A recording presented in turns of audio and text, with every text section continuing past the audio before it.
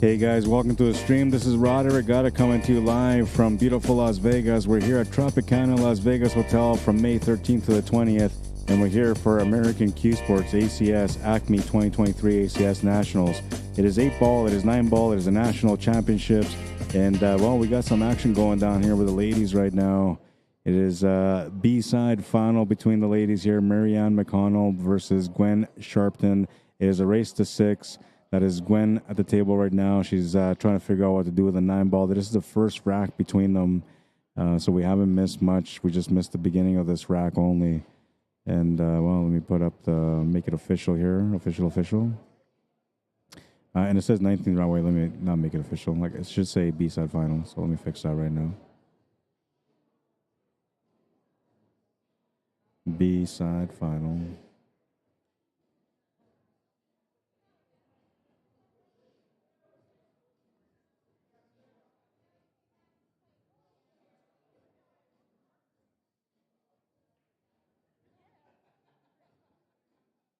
All right, so there we go. It's been set up properly. Looking to play a safety here. A really good safety. Leaves that, you know, interesting option to play a safe back or to play a bank. One more thing I got to do here real quick. Well, there's a few things I got to do, but right now there's one more thing I got to do real quick.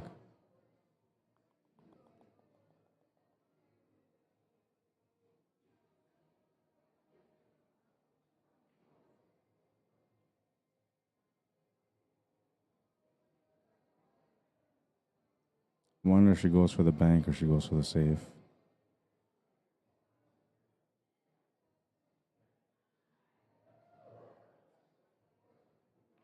Goes for the bank, and look at this shot. Wow, what a shot. What a shot. I don't know if I caught it. That was a big shot. I don't know if I caught it, but I'm going to check it out right away in a second here.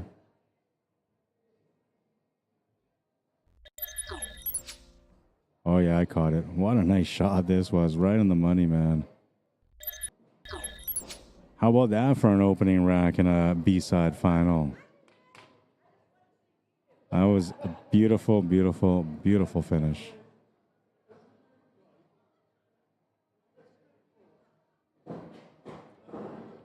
(1-0), GWEN in the lead.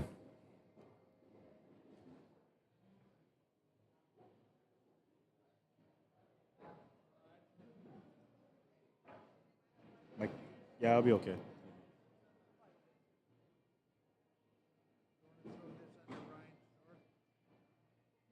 Eventually, I guess. Well, you're done streaming for the day? Yeah. Okay. That's, I don't know. They don't have anything left for table 1. Oh, yeah. Yeah, no, that's fine. Yeah, I'll give it to them at the end of the day because I need to have something to eat still. Yeah. Yeah. Awesome, man.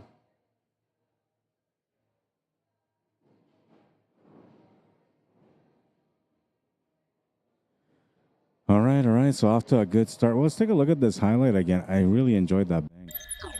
I mean, I don't know. You got to come up with something special when you need to win sometimes, and that was a nice special bank shot.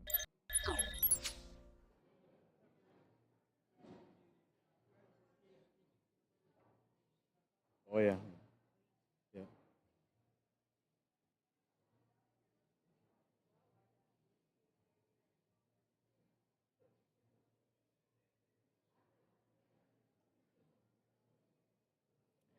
So it looks like I'm solo streaming for the rest of the day. The other streamers are not streaming anymore.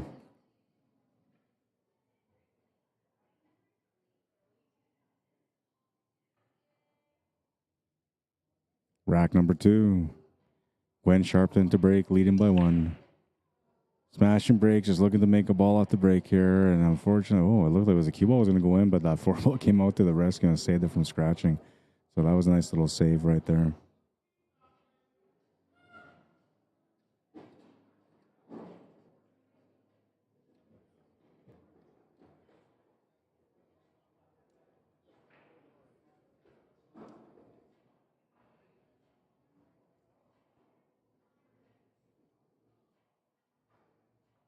Option for a bank or a safety.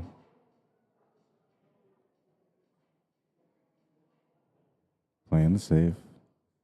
She does have a snooker background, so you know, usually when something's not 100% on the table, a snooker player will likely resort to a safety, and that's what she did on that one. She's given her a percentage of that ball, though. I don't know if she's got it all, but looks like she's got a good amount of it. No pockets available, though. But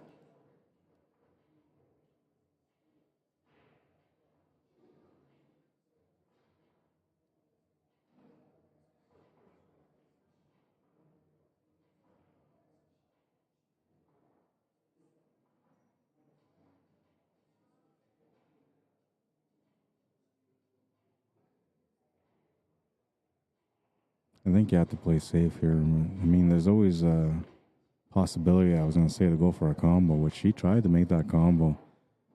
Came up just a little bit short. She's left the one ball towards that 9 and 3, so we'll see if MARYANN takes a stab at the 1-9 combo.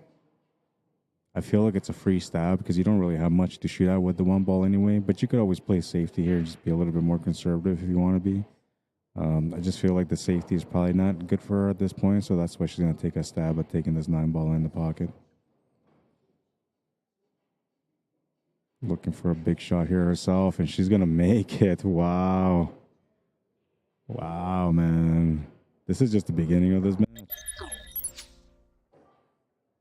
Weighed out her options, took the 9 ball combo, and she made it. What a shot. She'll be breaking next in rack number 3. We're tied at 1 now. 9 ball bank for the first one. Combination on the second. And I'm wondering what's going to happen in the third rack now.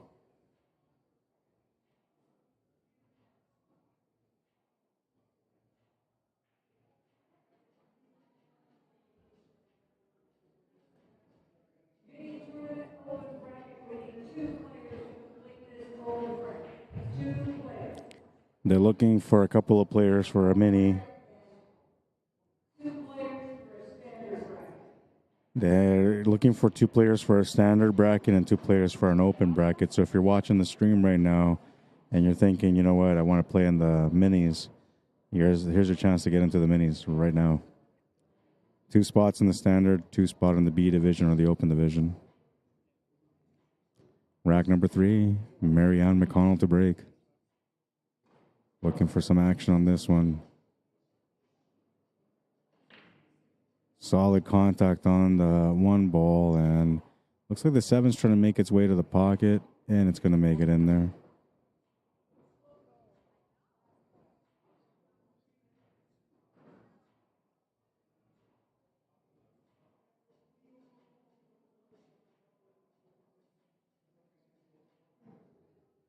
I'm really enjoying my time out here in Vegas right now. I mean, I haven't seen anything in Vegas except for the Tropicana Hotel because since I got here, I've been like locked down into this hotel.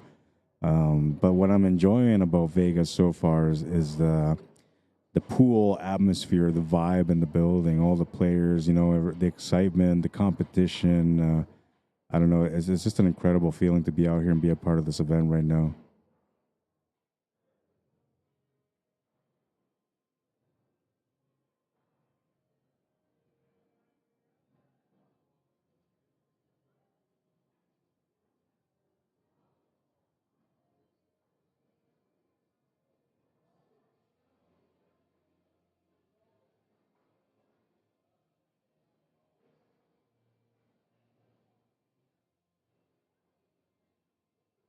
All right, so I'm going to come in and join you guys also on the stream now.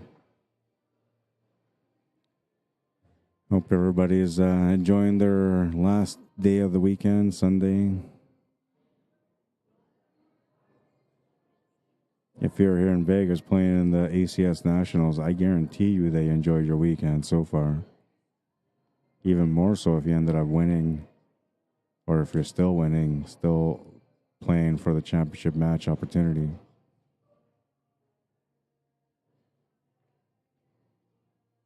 I think the intention there was supposed to be a combination. She came a little bit short on it, though.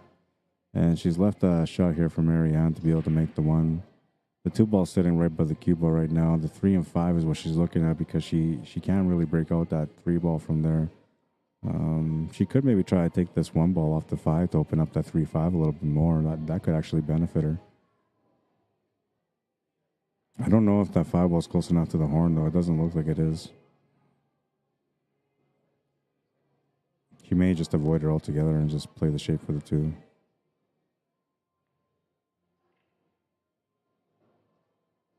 All right, so this is interesting here because she's got the shot on the 2 ball. She won't really have position on the 3, but she's almost got a line up here to be able to do the 2 ball and then get the cue ball to go into the 9 for a billiard into the corner. I don't think that's what she's going to do, but if she's got that billiard experience, she might take it on.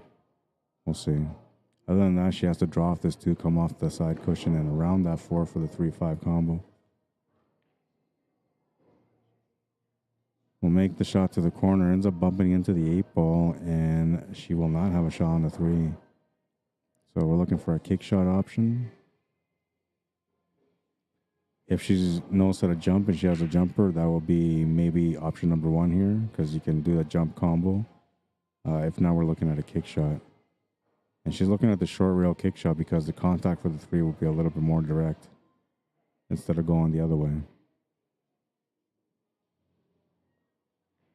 She'll hit the 5 ball first, though, so Gwen's going to get a ball in hand here on the 3 ball. Match is currently at 1. It's a race to 6. It's a B-side final. It's an elimination matchup, really. Winner here gets a chance to go play for the championship match. I believe that match is going to be on tomorrow. But it might be on tonight. We'll see. I was told it's going to be on tomorrow, though, so as far as I know, it'll be on tomorrow. Mr. Wayne Knight making his rounds in his black and whites. He's wearing the stripes today. I mean, he wore the stripes yesterday, too. That's why he's here to referee the events.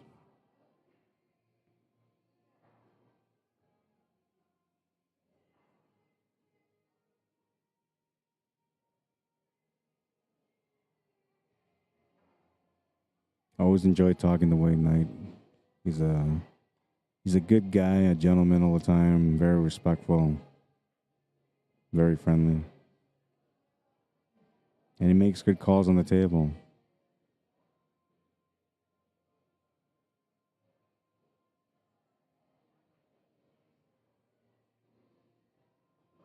I guarantee you that if Wayne Knight was working that event at the World Pool Masters, he would have caught Catchy touching that 8 ball. There was lots of videos on that yesterday. People were showing how Kachi ended up fouling because in the pro level they have an all ball foul. If you touch any ball whatsoever, it's a foul, right? And he had a shot where he had to shoot the 7 ball, and the 8 ball was within the line of where his hand had to be for him to be able to place the hand in for the shot. And I guess he ended up touching the ball, and then he felt it, and he moved his finger back a little bit, readjusted, then shot the ball and kept going. The referee didn't see it, so the viewers that were watching, they seen it. They started screen recording the shots and putting it all over Facebook for people to see, and I got a chance to run into it, and I was looking at it, and I don't know how I feel about it. Like some people are saying, it's like Kachi didn't know any better, he didn't feel it. But I seen the finger adjustment after he touched the 8 ball, so to me that tells me that he felt the 8 ball. But at the end it doesn't matter because Copigny ended up winning the event anyway, so it worked out okay in the end. But had he lost that event, you would have been looking at that foul and thinking like that could have been the turning point in the match. Luckily for Copigny, it didn't make a difference because he was playing amazing and he was destined to win that World Pool Masters yesterday. Number 13 and 14, standard and open players. I have to plug in my phone, but I'm going to wait till they finish the shot here because it's starting to die on me, man. I should just keep it plugged in all day, but I don't know. I'm lazy, I guess. I put in so many efforts and everything else that I try to get away with the little things that I can be lazy on, like not charging my phone. 2-1, Gwen in the lead by 1. It is a race to 6. She needs to win 4 more games. MARYANN McConnell is looking for 5 wins. Right now, she's just looking for an opportunity in the next track to keep things even. And the B-side final or the championship match or the A-side final, the best thing you can do for yourself is try to stay even in the match until eventually your opponent will make a mistake, and then when they make that mistake, you capitalize on that and you get ahead. Give me a second. I got to plug in my phone.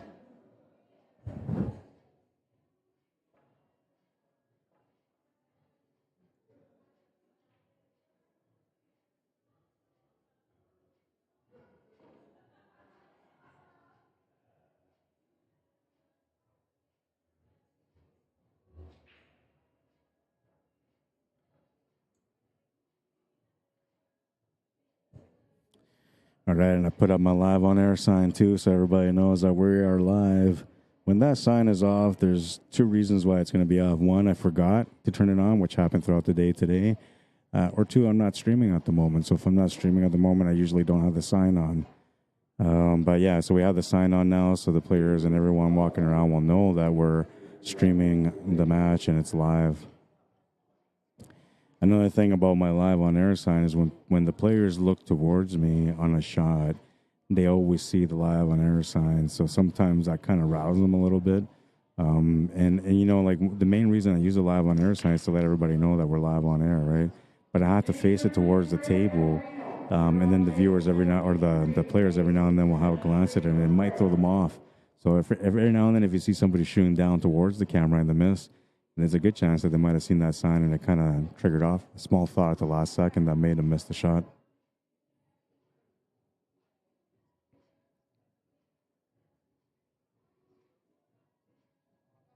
All right. One ball coming up.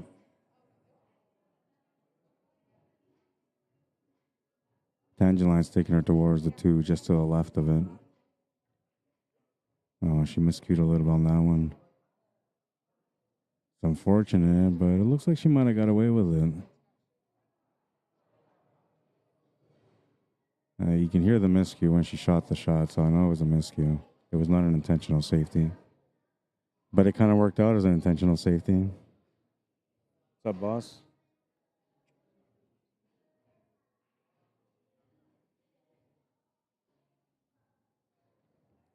You got more and more pool players coming into the event. They're starting to arrive. The 8-ball singles begins tomorrow, so everybody's trying to get out here so they can get on the tables. And I mean, they've been letting other players know that the tables are fast here. So a lot of the players are trying to get on the table so they can get used to the speed.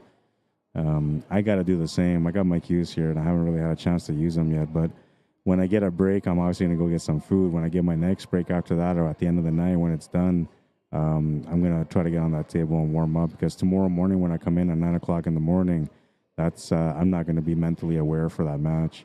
So I need to be somewhat ready for tomorrow.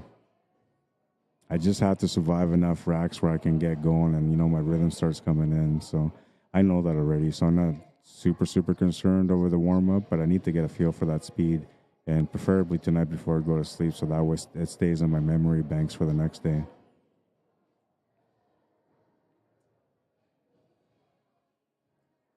Hi.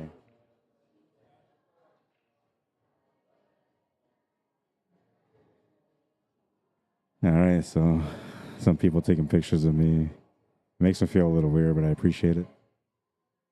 Perfect. Thank you. That was actually a pretty nice picture. She just showed me the picture. It was a really nice picture. I've had a couple of people take pictures of me so far today.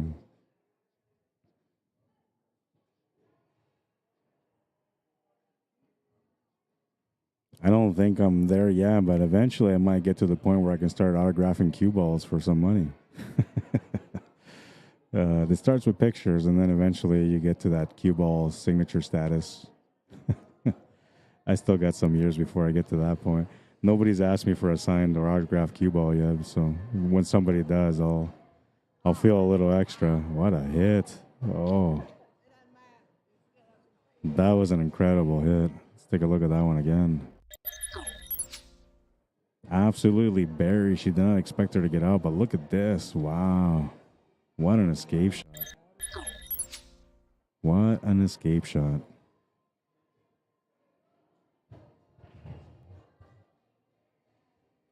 It was a pretty. April Simpson, how you doing? Vada Seltzer, Mr. Joe Cave, welcome to the stream. Peter Wood, how you doing, man? Brett Kaufman, Michelle Theron, Reese Lewis, Ganesan, Mina, welcome everyone.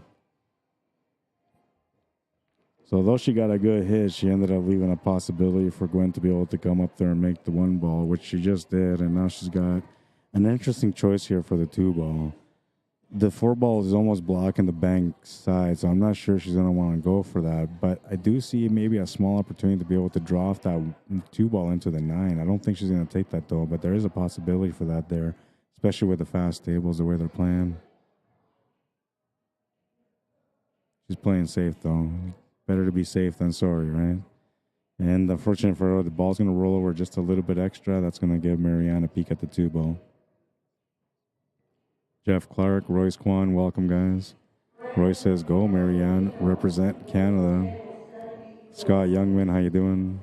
Peter Wood says, go, MARYANN, as Islanders are pulling for you. Mark Harntraff, Tracy Bernard, welcome to the stream. Le Randolph says, let's go, Gwen. Robert Halliday, how you doing, man? Welcome to the stream. Safto Aja, welcome to the stream. Or Asia, welcome to the stream. I don't know if it's a Russian or Ukrainian name, but welcome to the stream. I cannot even try to pronounce that. I have no idea where to start. And I'm really good at butchering names, so, you know, I would like super butcher. I might translate your name into something English. That's how much I might butcher it. So I'm just going to stay away from that one. Cynthia Norman, Noel Amable, welcome to the stream. Hunter Doyle, how you doing?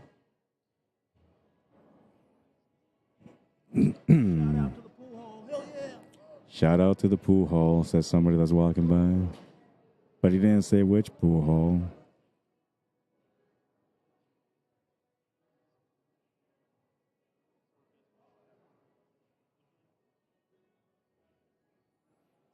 All right, so she's got a bit of an interesting table here.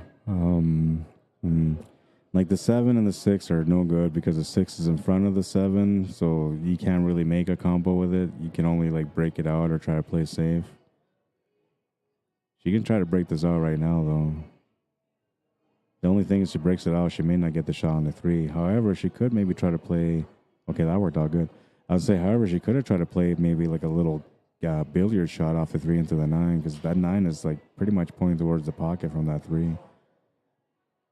But she knows better. You know, when you take a gamble on that 9-ball combo, if you come up short, you're selling the table to your opponent. And once you sell your table to your opponent, everything that happens after that is out of your hands.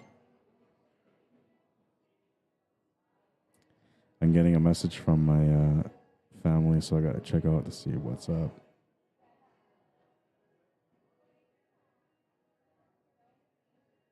I'm not sure what that is, but...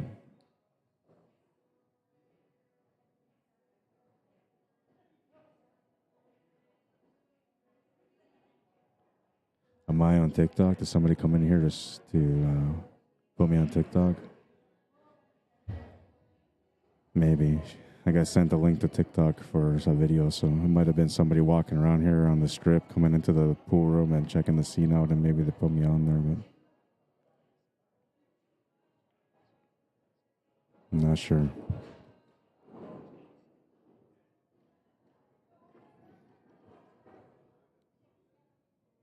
All right, so this is kind of like where she needs to figure things out now, and that's why she's taking her time to work it out. Because the 5-ball is not an issue. Maybe even getting back to the 6-ball won't really be an issue, but the finish is a huge issue. Because, you know, after the 6, you definitely have a shot at the 7 if you can get the shape on it.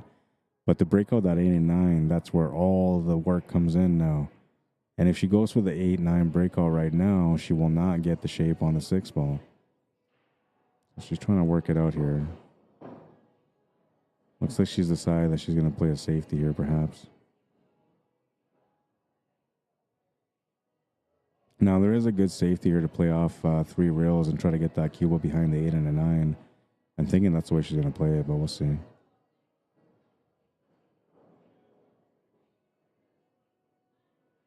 No, she's going to play the soft rail shot.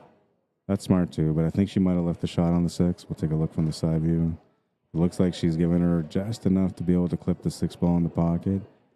And now, if she makes it, she still has to finish this table, though, because the 8-9 is not available. And from here, she can't really break into them either.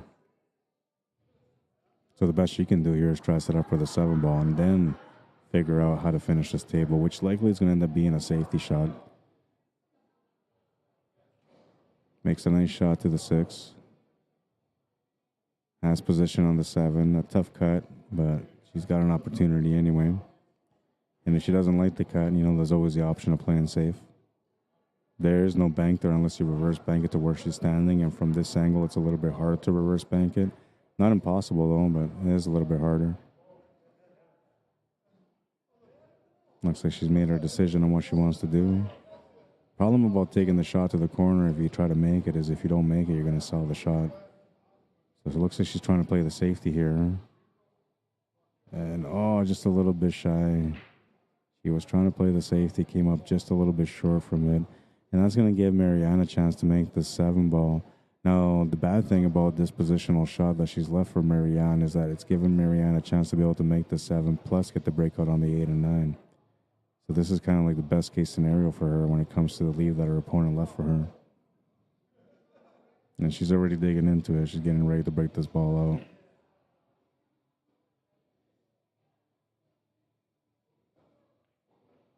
And there it comes. Oh, just missed it.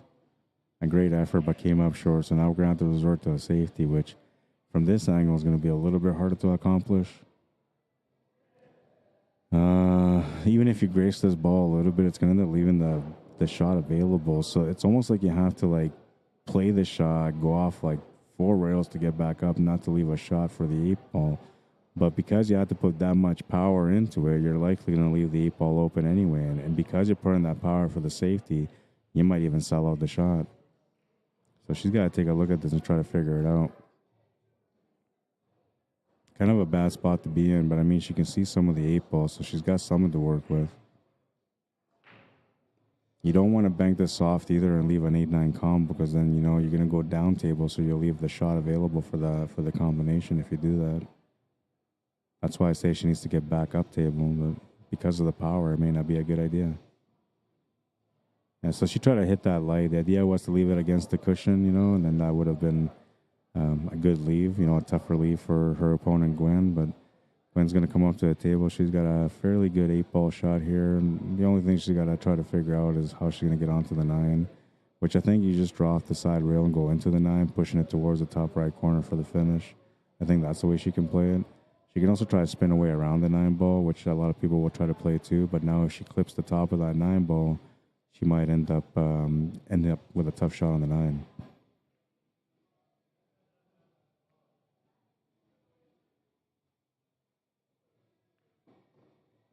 Yeah, so she did the right thing there, just to come off the rail and bump into the 9. That sets up the 9 to the top right corner for the easy finish. A bit of an important rack there, you know, because it's only 2-1 right now. But if the game goes 2-2, we got a big battle still. With a 3-1 lead, now you're looking a little bit more comfortable on the table. And you're guaranteed that even if you end up losing the next rack, you're still going to be up by 1 no matter what. So that's the bonus of that. Up by 2 games.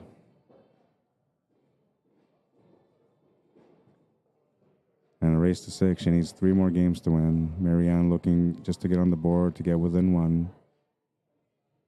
She also needs to win 5 games, though, be able to win this match. And this is a B-side final now, so I don't remember what the payout is, but I'm going to take a look.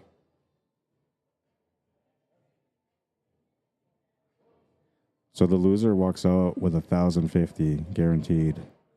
So not a bad payday at all.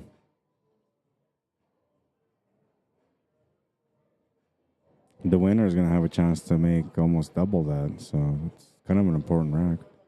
Because if you win this game, you're guaranteed no less than second. It's a very important match here.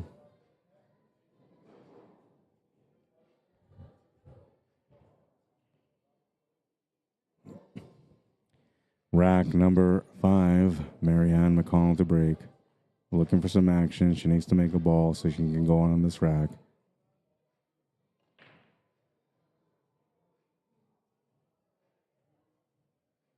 Well, that worked out okay. She didn't make a ball, but she didn't give away anything.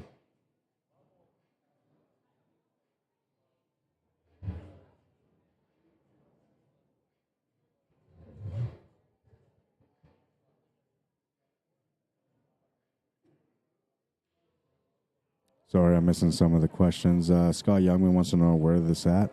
This is here in Las Vegas, Nevada. We're at the Tropicana Las Vegas Hotel. If you end up coming down here, you have to look for, Club Tower. When you go to the elevators to go up to the hotel rooms, instead of going up towards the elevators, you go right instead of going left. And then you'll find the escalator coming downstairs where all the tables are set up.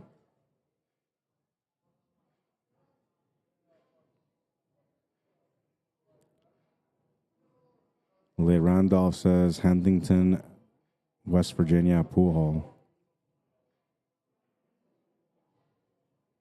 Scott Youngman says looks like a really nice place. Yeah, they got a nice setup here, but this is, from what I understand, this is the last year they're ever going to have it here.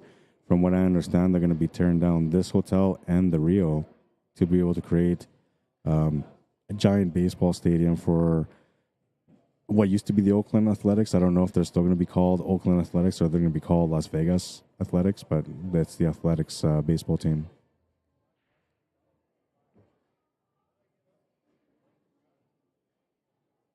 I don't even know if Oakland Athletics is a thing, but I think that's what they are. I don't watch baseball. As soon as I said that, I can feel every American saying, "What?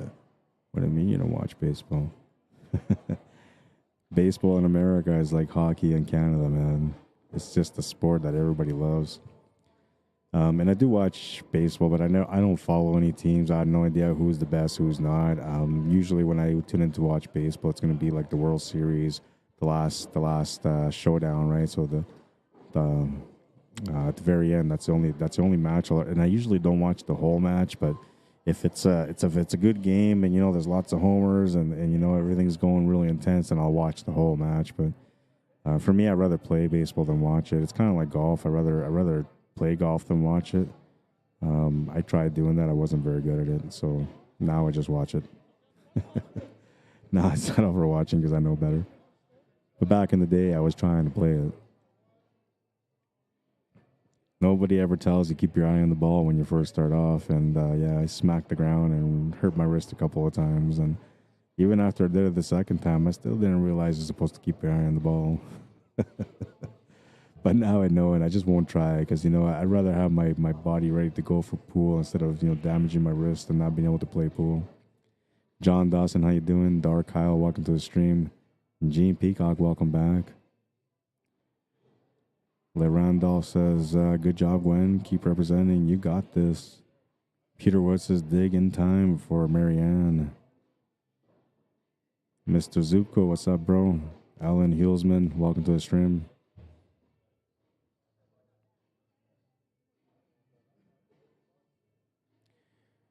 Drop in on our peeps on Facebook. I'm going to wait for her to make the shot first, and then I'm going to do a quick switch up. Because I know I got some people on, or not on Facebook, on YouTube that are tuning in and commenting too. So I don't want to neglect you guys. I'll be right there in a second. Every now and then I'll have Fedor Gorston in and watch the matches too, which is nice. He follows my streams on YouTube. Always says, great stream.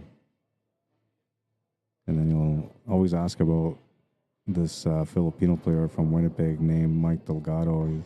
I think he's got, like he wants to play Mike Delgado for some money, man. But if he wants to do that, he's got to come down to Manitoba to be able to do so, which we'll see. Maybe one day. Eric Loy says, you're in Vegas. That's great. Yeah, I know. I'm having a good time out here. Yesterday was a bit stressful because I try to be professional, and we're having a bit of a rough time to get going. But today has been a little bit better. Though the beginning of the day, I was distracted with some conversations from people that came in to see me, fans that wanted to come out and meet me as well. And, I give them the time because I respect all people, right? Everyone that comes to me. But yeah, no, it was good. And just a little bit of a rough start. And then, I kind of got into gear and now I'm kind of going full Rod Arriagada mode, which those of you that watch my streams know what I'm talking about.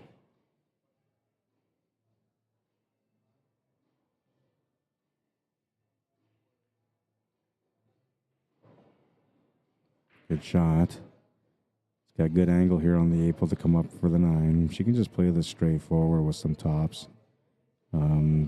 Just straight center tops will take the shot in between that right side diamond on the bottom rail and the middle diamond. And that should bring the cue ball right up for the position on the finish on the 9.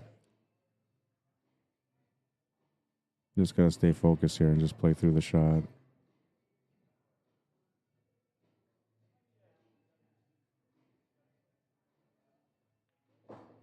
She decides to draw off the cushion instead. That works too. You got to trust what you know.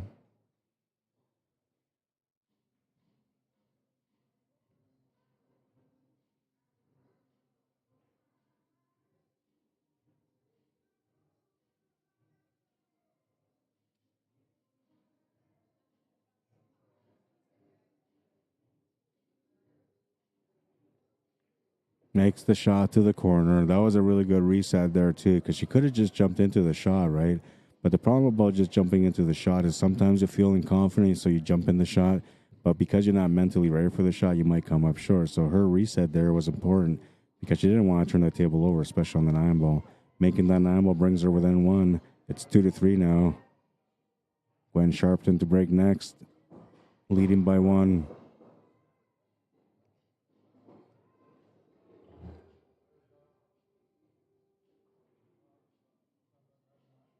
Hey, Curtis, I messaged them. I'm waiting for them to get back to me. Hopefully, I'll get an answer. I think it's because it's the weekend. So usually on the weekend, like most companies don't really answer emails or really focus on business because they only get the weekend to enjoy their time. So I'm assuming that I'm probably going to get an email reply by tomorrow or the day after. And I'll let you know what's going on with your order. But I haven't forgot about you. I seen your message. I've just been a little bit busy, man, over the last few days. So I haven't intended to ignore people. It's just been the way it's been so far.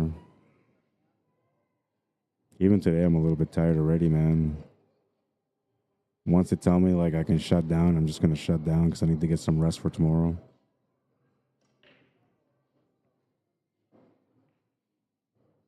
Smash and break makes a ball to the corner. She has an opening shot here. She actually made 2 balls on that one. She's got 7 balls left.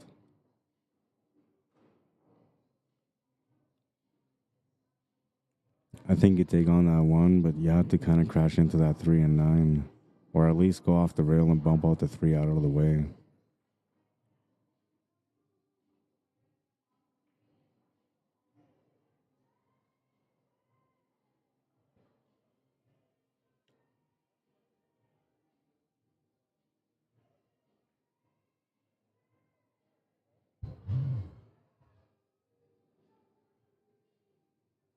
There's like masseuse out here that's doing massages too. I was thinking about going to see them to find out how much a massage would be, but I don't think I'll have the time for that.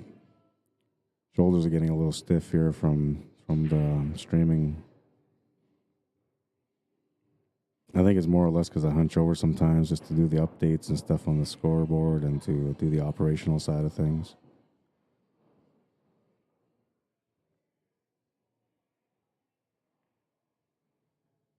She missed the shot. I was going to say it was going to work out okay, but I'm not sure if it worked out okay. I mean, from here, it looks like the 7 ball is just in the way, but she has most of the right side of this 1 ball to be able to hit. I don't think she's got all of it to be able to hit it, but she's got enough to be able to hit the side of it anyway. Yeah, so she's looking at this possibility here, maybe trying to bank this 1 towards that 9. I don't think she's really thinking the combo, but she's thinking more or less like trying to create some problems that way.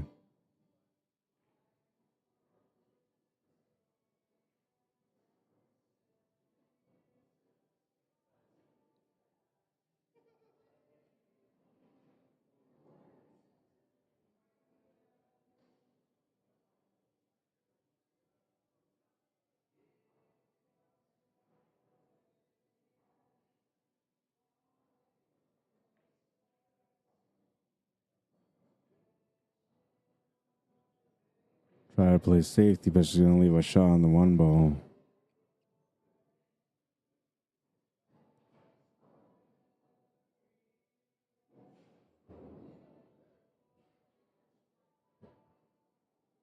Dan Hoger, Harold Applebaum, welcome to the stream. What's up, Donald Baptiste? Welcome to the stream. I gotta check my message to see if I got another reply or not. I have no idea what the message was about.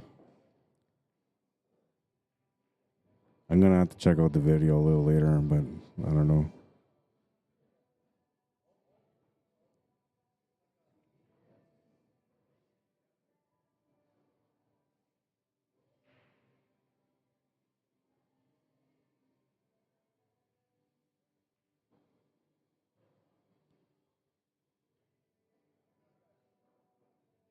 Big draw shot here coming up. I mean, all she really got to do is set up for a billiard off the 3 into the 9 if she wants to. I think she's trying to set up the shape for the 3-ball in the top right corner. Well, this is going to work out that way for that cannon now. She's got an option here for the cannon shot. Or the billiard. It's actually called the billiard. Come on, Rod. You should know better. I was just talking about it today. Called the billiard when you get the cue ball off another ball into another ball. If you get a ball off another ball into a pocket, that would be considered a cannon. But this here would be considered a billiard.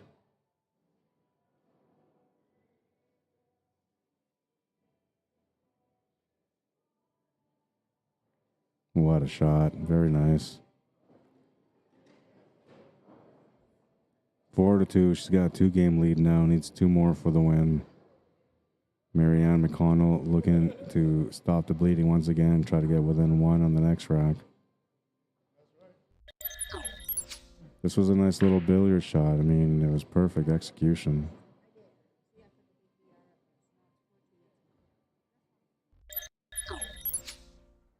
So MARYANN broke first. She's breaking now in this rack, rack number 7. She'll be breaking all the odd racks, while GWEN will be breaking all the even racks.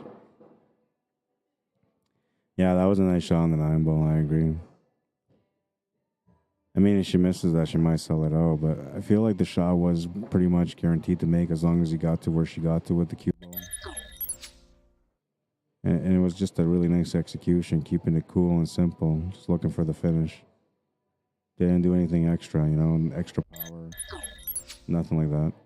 Just kept it simple, smart, to the point. They have like these stuffed animals here. I just want to buy one for my kids, man, but they're so big. I'd have to go buy another suitcase just to take it back.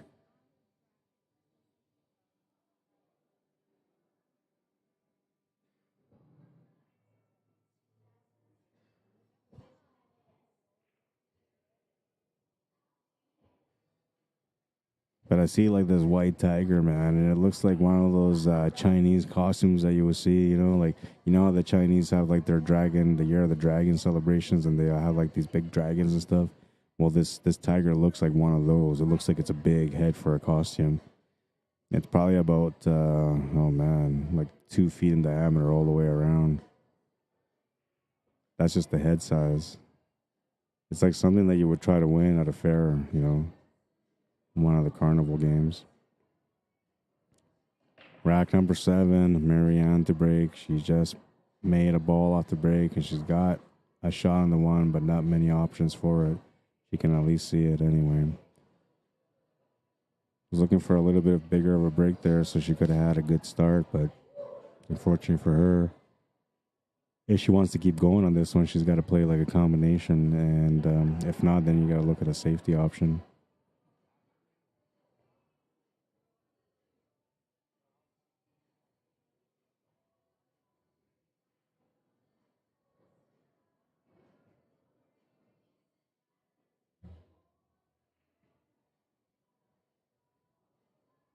Bruce Jensen, how you doing?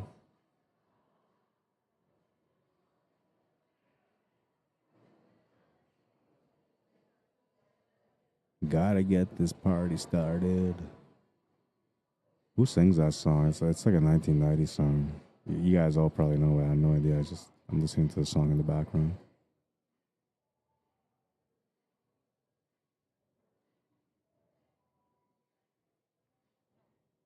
Playing safety. Smart shot. Smart shot. The good thing here that she's kind of left her opponent slightly over the ball, so it allows it to be a little bit more of an uncomfortable shot if she's going to go for the kick shot on the 1. She does have the option to go off the side cushion with some spin. The left side cushion was a spin to come back into the 1 ball too. But I think most players will take this long kick shot approach that she's looking at. It's pretty standardish. She's got to hit that first diamond on the right side, on the bottom rail. If she hits that diamond, she should be able to make that. It's going to kind of veer off to the right a little bit. Right idea, just came up a little bit short. So I was off, you know, and I think she was too, obviously, but maybe it was just a little bit to the left of that diamond. MARYANN with a golden chance here to be able to get within 1. That's to make the one. The two ball sitting by the bottom right corner. From there, you got to go up for the three, which is sitting on the right of the seven. A little bit of work here. And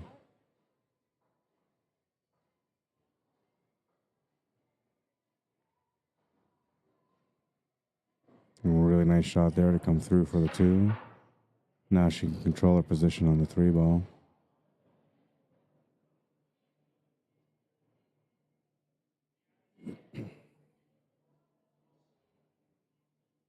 I love some of the shirts that are out here that I see so far.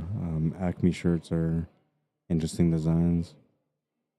Poolaholic shirts too are up there. They're really cool to look at. Some of the sayings that they have on there.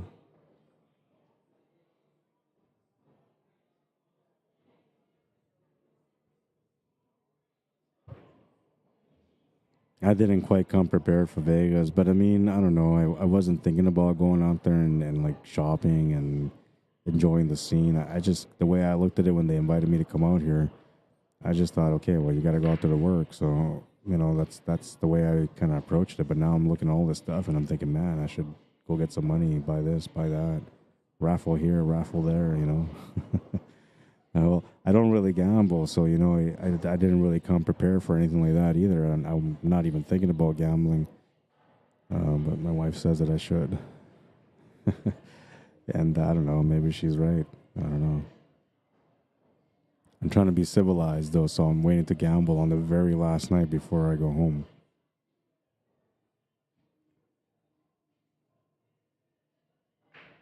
I don't want to get into it ahead of time because, you know, like, not that I'm an addict or anything like that, but, you know, what if the pretty noises start happening for me and then I get hooked on it? The bonuses, you know, the bonuses. I mean, it'd be nice if I just hit like $1,000 or, you know, $2,000. I'd be happy with that. Maybe even $100. I'd be happy with that right now. I'll go buy a shirt. You know, I might just step away to go drop in a 20. I don't know. I've heard some stories here, you know, people like, oh man, I won $600. Oh man, I put in $20, I made 150. It's like, cool. Don't make me think about it. I don't want to gamble, man.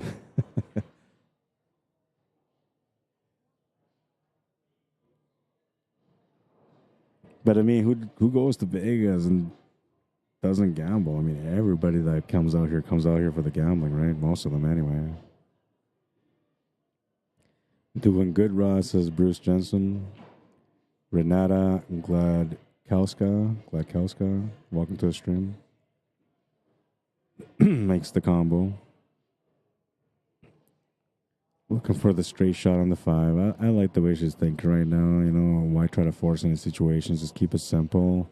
You make the 5 to the bottom left corner, follow it up. You'll have the 7, then you have the easy 9. I just don't know what kind of angle she's got to work with here. I mean, she's got a little bit of angle. She can try to force this cue ball around the 5 and make the 5 in the top left corner. But I'm a firm believer in keep it simple, stupid. And I feel like this is one of those situations where, you know, you just got to keep it simple, stupid, right? So, and the reason why they say it that way is not because I'm calling anybody stupid. It's what they call the KISS rule, KISS, which is abbreviation for keep it simple, stupid.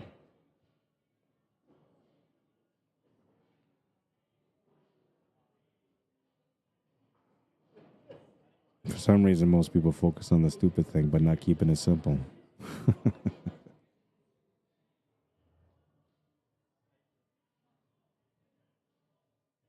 Peter Word says, always budget gamble, only allow so much. Yeah, I don't really gamble, man. I don't do that. I don't know. Hasn't really been my thing. When I live in Canada, I live in Canada, Jesus. When I'm in Canada, and I do end up going out to the casino for a little bit, which I barely ever do. I think the last time I ended up going to a casino was, oh man, I can't even remember. It's been a long time. But usually when I do end up going out, it's for me it's just like entertainment. I'm not out there to like be crazy about it, right? I just want to go out there and put in a 20 and whatever happens, happens, right? And if let's say I put in my 20 and I win like $40 or $60, I'll take that $20 that I originally put in, I'll put it in my back pocket and I'll play with the rest of the money, right? Whatever happens, happens. At the end I come out even or I'll lose $20. But that's my discipline, right? Oh man. That was an interesting one. She popped up on the shot a little bit, and the ball looked like it was going to stop in that corner. And then I don't know what happened, but it was like a little bit of a. It looked like the 7 ball was doing like the cha cha cha or something on the way in. I mean, we'll wait for her to make the shot first, and I'll show you what I mean. It did like this little, like, you know, I don't know. It looked like a little salsa movement or something, you know, left to right type thing. And then it wiggled its way into the pocket. At least that's the way it looked like when I looked at the shot, but we'll see. The replay will tell me. Ooh, dangerous on that one. Gets within 1. She needs 3 games to win the match. Her opponent, Gwen Sharpton, needs 2. Okay, so let's take a look at this. So see here, she popped up on the shot a little bit. And then the ball does like this little cha-cha-cha thing, and then it goes in. Pool God bump, says Peter Wood. Oh, yeah, absolutely, man. And so that's that. You know, we've been talking about this all throughout the day, about understanding and learning when you have the momentum going your way. There's always little signs that show you that, you know, you have the pool gods on your side. And that was one of those things. Let's take a look at it again. They're on a quick break, so let's take a look at it again. Honestly, this ball did like the salsa or the cha-cha-cha. Look, boom, boom, boom, bah.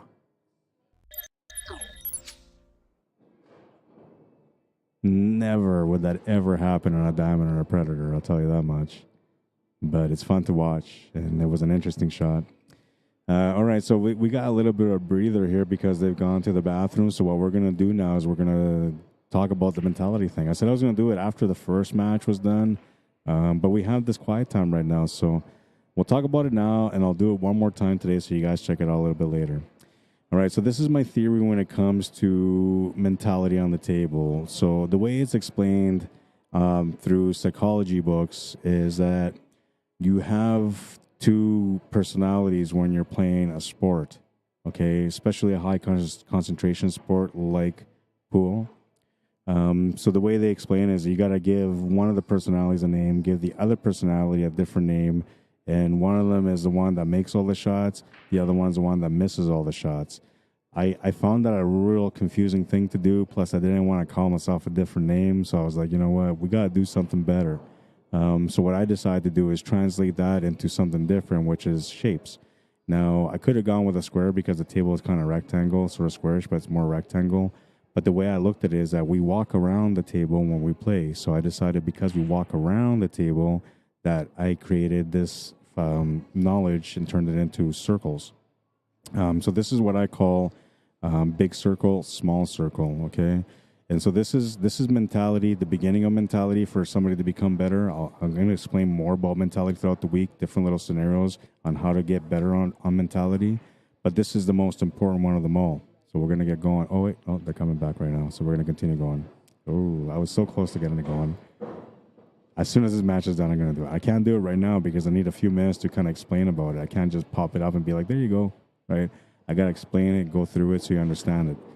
And when once you understand this, understand that it is the very beginning of you being able to play proper pool.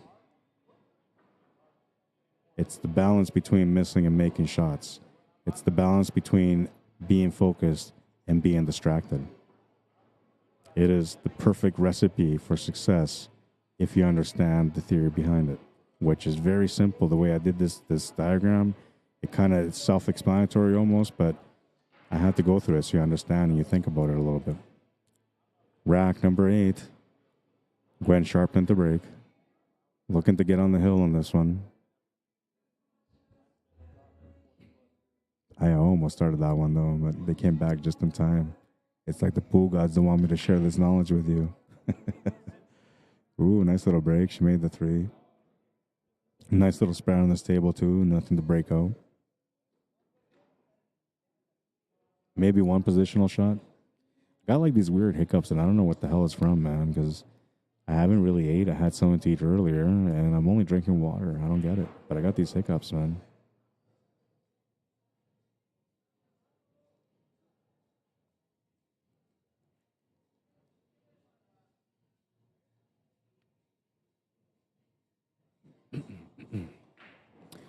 All right, let's see if I got rid of it with some water.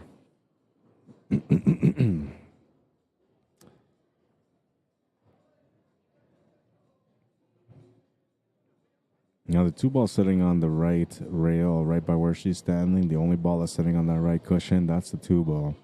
So that's where she's popping up. She's trying to figure out, like, I can make this one ball. I can bank it. I can cut it. But how do I get to that two ball? So that's what she's trying to figure out. I actually like maybe doing the bank side shot here with a drawback for the two, but it is a little bit more aggressive, especially because you're doing the drawback. But if you cut this to the side, it's going to be a little bit harder to get around that 8, 9, and 7. They're all kind of providing a bit of a block angle. Though if you just grace one of the three, you might be okay. So it looks like she played the safety here. And that's a good choice. And she almost made that one ball, which would have given her the shot on the two ball. I don't know if MARYANN can see the one, but she can maybe hit it off the rail.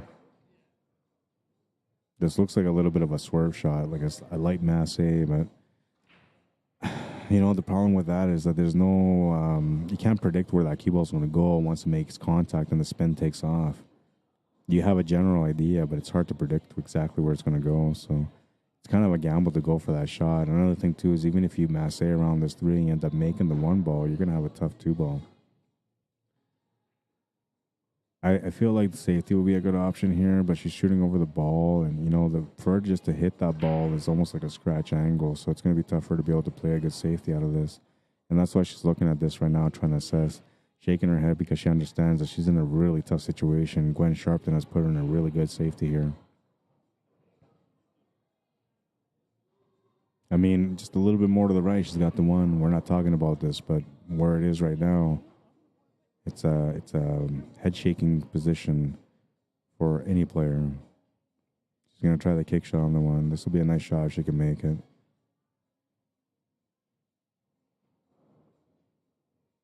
Oh, what a shot! Oh man, and the bump off the 3 and 7 to set up for the 2. The 3 comes over to the open on the left.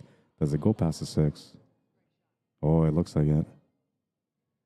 That was a beautiful shot. Let's take a look at it again. I mean, you're kind of all in on this one. If you don't hit the ball, you're giving a ball in hand, but she absolutely nailed it. And then the pool gods give her a little bit of help. I'm telling you, man, momentum. Recognize it. Embrace it.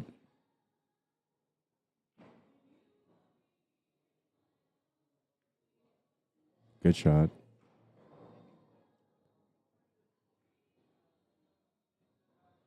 So the 5's gone off the table. After this 3, she's got to make the 4, which is sitting in the bottom left corner. From there, she's got to make the 6. So ideally, she doesn't want to move the 6 ball. She wants to cheat the ball a little bit, go off the cushion, just cheat the angle just a little bit, so that way you get clear of that 6 ball. Because if you move that 6 ball, it's going to be harder for you to set up for the 7 ball afterwards. So you want to make sure you leave that 6 where it is.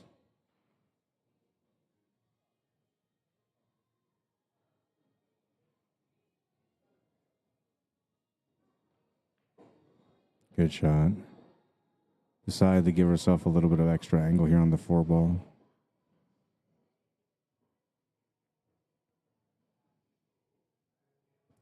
So now you gotta look at, yes, where you want to be for the 7 ball. That allows you to figure out what kind of shape you're trying to get on the 6 ball to be able to set up for the 7 ball. That also tells you where you want to play the shape for the 6 coming off the 4. So she knows that she basically has to play off the left cushion, off the right cushion with a little bit extra pace and try to get an extra half cushion back to the middle. Not half cushion, half distance, sorry. So we're looking for 2.5. You could try to play the soft off 1 and try to hold shape on the right, but the table's a little bit faster than most tables. And because of that, you want to kind of play through the shot instead. So that's what she's going to try to do.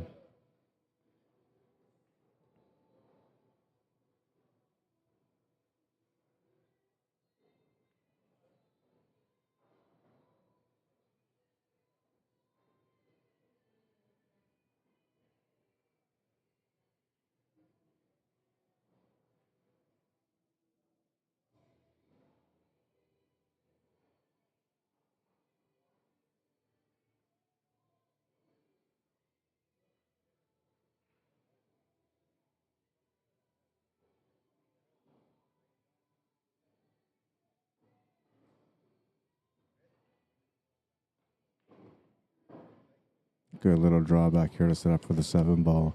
Now, you can't really slow roll this into the pocket for the 8-ball. I feel like she's going to have to power through this and go off the top cushion, off the right cushion, and all the way down the bottom cushion and back up. A bit of a risk, though, you know, because depending on the contact from the top rail to the right rail, you could maybe end up with a scratch angle on the cue ball. So you got to be careful. Rolling this up could work, but you have to kill the spin on the cue ball so that way it kind of sticks to the right side cushion. Yeah, so that's what she did. She just killed the spin, and then that allowed her to have a easier shot on the 8-ball instead of going all the way around like I was talking about. And in here is kind of similar too, but I mean, you have the option. You can either get onto the left of the 9, you can get on the right of the 9, you can draw off the top rail, off the side cushion to set up for the 9. You can even crash into the 9. So there's lots of different options here. It's just up to her what she wants to do.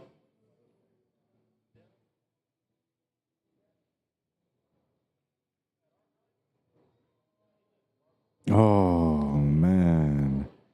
She decided to go for the shot with a little bit of extra power, and the cue ball was scratching the side, and that's going to give Gwen a ball in hand and an easy 9-ball.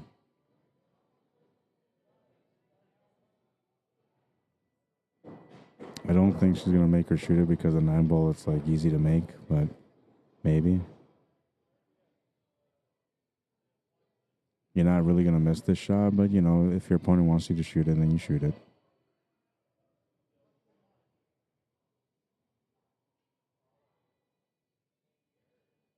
Makes the 9, 5-3. She's on the hill.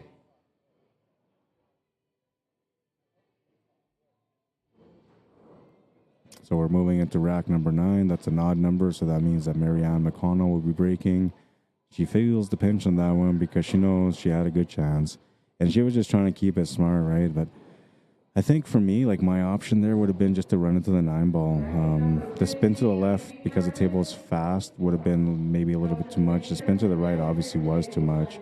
To play it off 2 rails would have been a little bit more effort, plus the speed of the table might have played a big part and ended up leaving you on that 50-50 split on the table.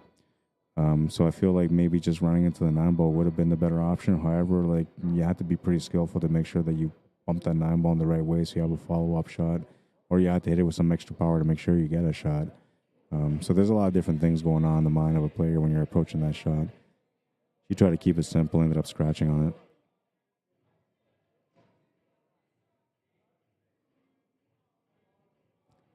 Lewis says, that's so funny. I just said the same thing. That's not falling on a diamond table. Yeah, no, honestly, on a diamond table, I never would. Gene Peacock says the Valleys are way more forgiving tables to play on. And they are. They've always been known like that. A lot of people do say that. What's up, man? Can I get so I can watch it, so my family can watch it? Yeah, so there's 2 ways. The first one is finding this page, which is American Cuesports on Facebook. American Q. One word, sports. No, don't. Words. Yeah. And you'll find it like that. So when you look at that, it'll show you. And it says ACS in brackets, right? Okay. Then when you go onto the page, you'll see my stream. And if you hit the post. Can I take a picture of that? Yeah.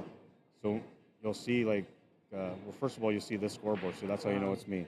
But you'll also see the link of the YouTube channel. And if you hit that link, it'll take you to the YouTube channel. You can subscribe there or you can watch it there.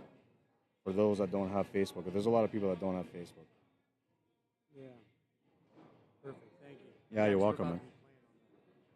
You record the 2 tables back there too, right? I'm only recording these 4 tables. But I can maybe get that far. Yeah, because we're going to be playing on table 8.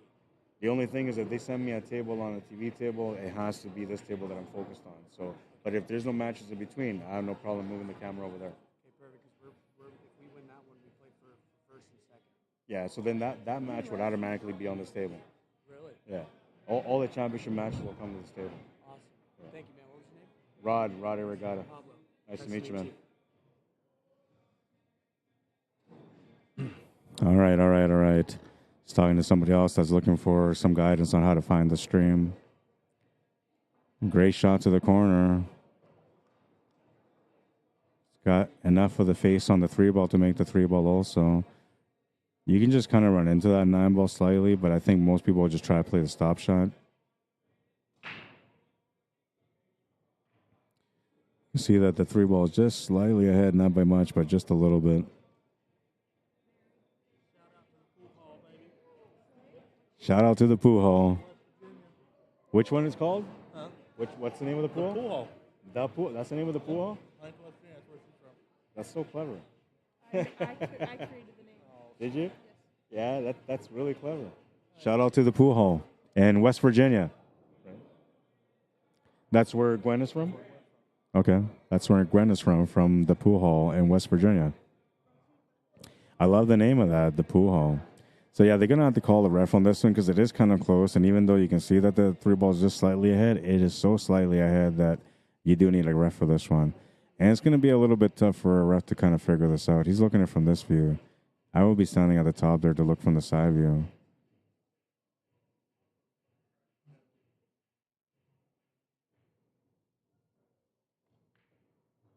It was a good hit. Came up short on the shot, though. And she's going to leave her opponent, Gwen, a little peek at this three ball, enough to maybe make it. Tangent line is, where you're kind of thinking about here. And the difficulty of the shot is, it's okay. But for some people, this is a bit of a challenging shot. We'll see how she deals with it. She's got to make sure that she's keeping her calm and her focus because sometimes, you get a little bit crazy and you're thinking, well, I can just make the shot or go for the win, right? But she knows, you can't take any opportunity for granted. At least that's the way she's coming across on the table so far. And she's going to try to take advantage of this opportunity now. Makes a great shot on the three ball. It's going to come across for the four. But unfortunately, rolled a little bit extra. So now we're looking at a 4-8 combo or a cut on the four to the side, which is going to be really hard to do. Or a back cut to the top left corner, which is going to be challenging also. But might be the shot that you want to take on. And if not, then you're looking at a safety option, right? Which from here, I guess you can try to send that 4 ball towards the 8 and then try to use that 9 ball and the 8 ball as a blocker by sending the cue ball to the left side of that 9. That might be the option here.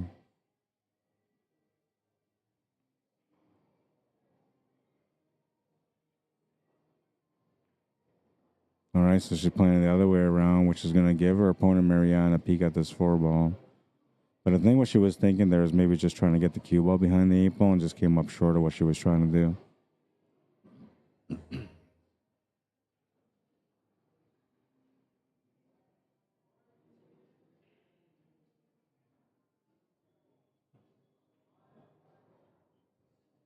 Always make your opponent shoot, says Peter Wood. It's kind of weird because, for me, I appreciate when somebody lets me shoot. I'd rather not get somebody to give me a game. I'd rather just shoot it. And for me, the mentality is, well, I work so hard to get to that 8 ball. I don't want you to give me a shot on it, or the 9 ball. I don't want you to give me the shot on it. I want to take the shot. It just helps boost her confidence moving forward. Peter Wood says MARYANN is at least a 3-time Canada Women's 8-ball champion. Yeah, and she plays like an 8-ball champion for sure. Just a little bit of an unfortunate roll there on that scratch, but, she plays really solid. And that was another nice shot right there, too.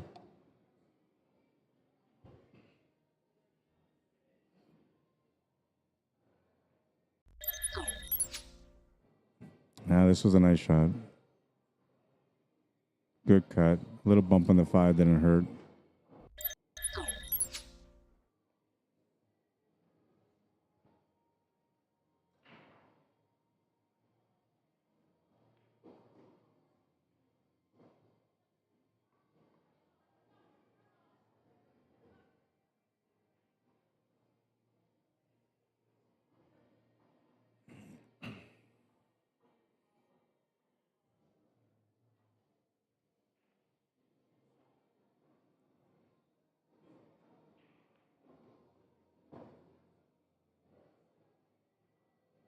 All right, so you can slow roll this shot on the 8 ball to hold shape on the 9, or you can play through and then make the 9 ball in the same pocket as the 8. I feel like she's going to play through, but we'll see what she does.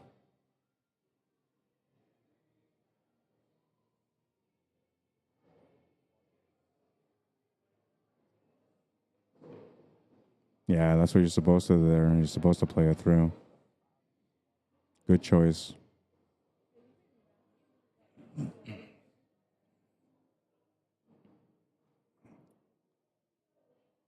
There's I think it's a Scotch doubles. I think it's a Scotch doubles B-side final going down on the right side of the screen right now, top right of the screen. All right, so she makes the 9. She's down by 1. It's 4-5 or 5-4, whichever way you want to look at it. And it's going to be Gwen's break on this one because she's breaking all the even ones. It's your break. She broke first. Yeah, so you break all the evens.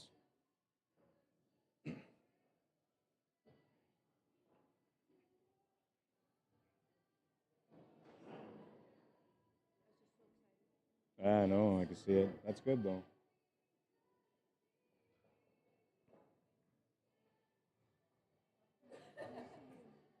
She's saying she's just excited. That's why she came over there to rack, and that's that killer mentality, right? So like Gwen's got to be careful here because MARYANN's getting into that killer mentality now. She was about to go there and rack the ball so she can make a massive break and run that table out to tie it up. That's the way she was thinking. So now that she's been held back from doing that, if she can win this game, she'll be breaking on the next one with that same mentality. So Gwen's got to be careful not to give her a chance to be able to win this game.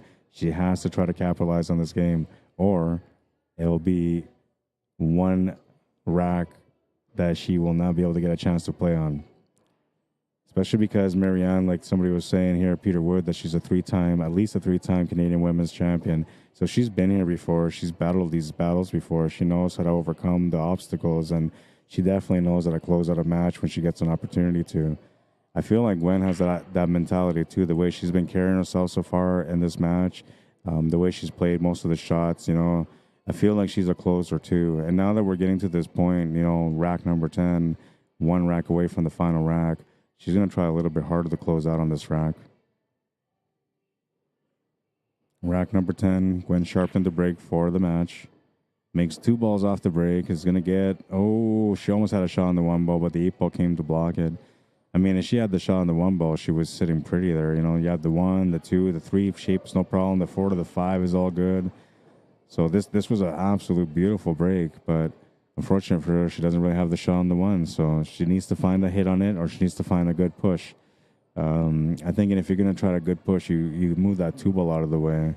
You bump it away from the 2-9 combo, and then you leave that white ball right where that 2 ball is. So that way your opponent has to go for a bank or a safety. You kind of force the tides a little bit. If you try to do the kick shot off the left side of this 8 ball, you can hit it, but then if you don't make it, you're going to sell out the table. So here I like playing the push. We'll see what she does.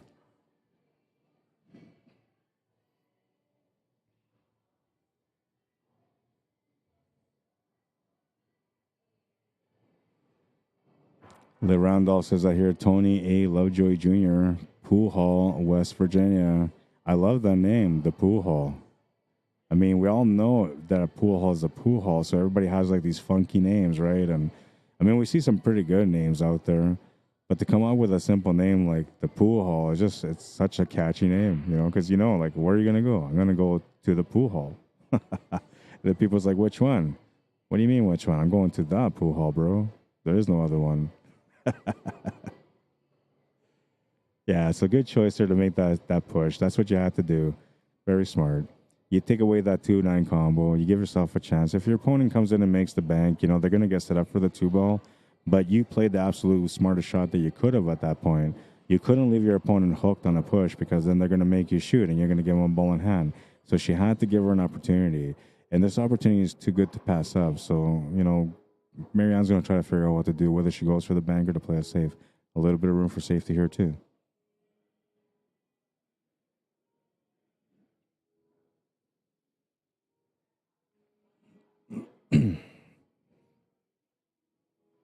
I don't really like my other camera. I think I'm going to end up trying to find a way to upgrade soon.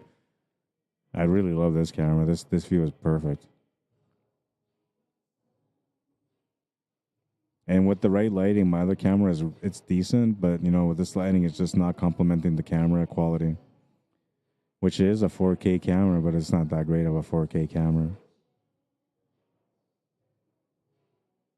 She's going to give the table back to her opponent. And that's something I didn't expect, right? But there's something there that she doesn't like. Like, maybe she thinks, like, if she makes this bang, she may not get the shape on the 2. Maybe she feels like, taking the bank on and missing it might be a sell, right? So, and she also actually looked at the safety options here too. She really assessed the opportunity in front of her and she decided to give it back to Gwen, which I'm pretty sure Gwen wasn't expecting, but she has to deal with it. Five ball is going to be the option for a safety here. Ooh, and she unfortunately hit that five ball. Had she just missed the five ball, that's going to be the absolute perfect safety. I don't know if she's given her enough to make that one. From here, it looks like she's got enough to make the one. Not an easy shot, though, and cue ball control kind of goes out the window, but because the two ball's sitting in the tight right corner, you don't really care. You just make the shot here. Just got to watch out not to get hooked behind that five or end up running into that 4 and 8 and get hooked behind the 4. She's going to miss the shot. And she would have been hooked behind the 5, maybe. So she felt the pain on that miss, and Gwen comes up to the table right away because now she sees she's got a chance to be able to close out the match. Still needs to come up with a shot from the 1 to the 2. From there, it's all about cue ball control. And the nice setup here for her is like if you make the 1, you make the 2, you get on the 3. Once you make that 4 to the top right or top left corner, and you get position on the 5, the 8 ball's just chilling by the side pocket. That's going to set up the easy 9 ball for the finish. So she's got a really good chance to close out this match here. Just has to keep composed and, make sure she works out every option before shooting.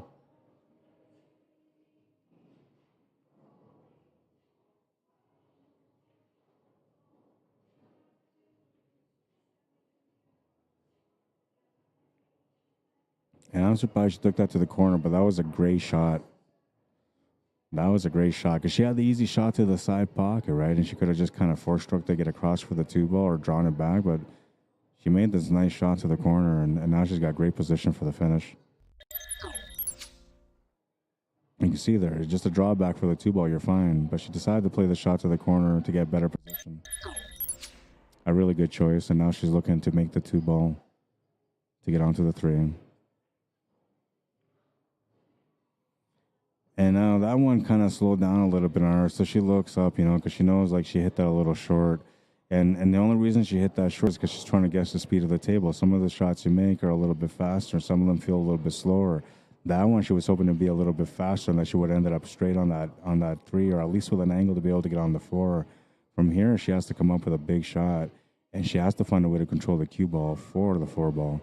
If not, she's got to go up table and try to get set up for the 4-8 combo, which I think might be a better option, but we'll see what she does. She'll make the 3, and she'll come up for that 4-8 combo. Good choice. One of the things that I enjoy about watching her play right now is that she's usually on the right side of the shot. She knows which shots to take, and she caught me off guard by making that 1 ball to the corner, but she showed me there once again that she's always thinking about the right shot. So I love the way she's playing this game right now. Haley Camacho, how you doing? Welcome to the stream. Maria Camacho, how you doing? Welcome to the stream. Valerie Guzman. Lisa Blankenship, welcome to the stream. Cliff Hokey or Hoke, welcome to the stream. Says Gwen is a very smart player. Yeah, you can see that. I mean, the way she's handled this table so far, it's so smart the way she's playing. That's something that you only learn from experience and with the right guidance if you have somebody that's mentoring you and showing you the ropes. But her pattern play is so on point. And her decision making too when she's in trouble. I really like the way she thinks things out. Makes the combo. And what she was looking at there was just trying to make sure she created either a drawback angle or a follow-through angle for that 5 ball. I feel like she could power draw this to the right side of the 5 if she wants to do it. She can also play this off the 2 to 3 rails to get back on the left side of the 5 to make it in the top right corner. So she has a choice here. We'll see what she makes as a decision. I feel like she's going to make the right decision, and I feel like she will go off maybe 3 rails here, but she might just draw back.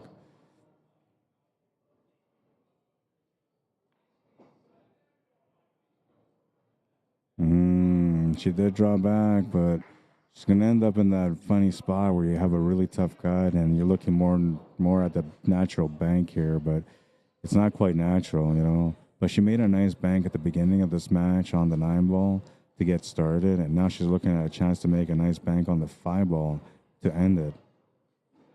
Will she go for it? Will she play a smart shot and play safe again? Or maybe she goes for the big cut with lots of pace. It's kind of like an all-in moment. But not really, because, you know, you still got more games left if you don't win this one. But you want to close out. Playing safe. Smart shot once again. And she's giving MARYANN a little peek at this 5, enough to be able to hit it for sure. Maybe even enough for the bank. We'll see what MARYANN decides to do, because she has the option to go for the safety here too if she wants to. If she goes all in for the bank and makes it, she's out. But if she doesn't go make the bank, then she's gonna maybe turn the table over for the finish on her opponent. And I don't think you want to give your opponent a chance to finish. But I also look at this shot and I'm thinking, well, you know, just make the bank, right? And so we'll see what she decides to do.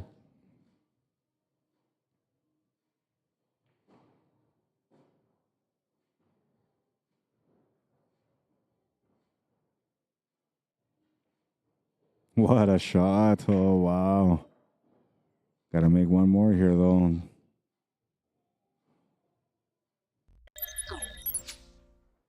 It was nice. You know, it was kind of like the all-in moment for her. She had to make a decision, and she went with her instincts, makes the shot. Angelo Delizo, how you doing? Alicia Deal, welcome to the stream.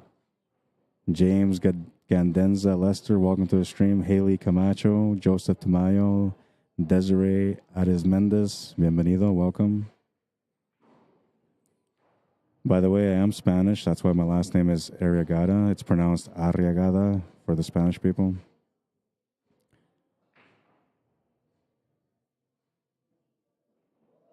I feel a little left out in Canada because, you know, there's Spanish people out there, but not like how there's people out here in the USA. So here I feel like I'm a little bit more at home with my Spanish language. What a good shot that was also. Ties up the match. It's Hill. We're going down to the very last rack in this B-side final.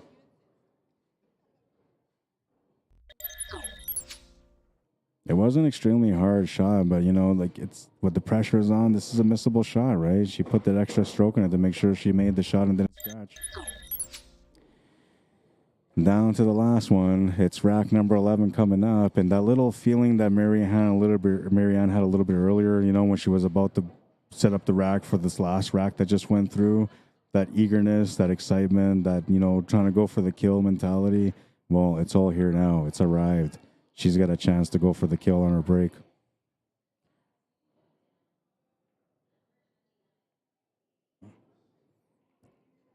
Champions always rise to the occasion, and both these champions have risen to the occasion so far. It comes down to one last rack. It's a do-or-die moment. They do the pound, the respect for going to the hill, and a respect and understanding from both players, knowing that it's been a great battle so far, and it comes down to this moment. Rack number 11, MARYANN McConnell to break. The last rack of the match, breaking for the win.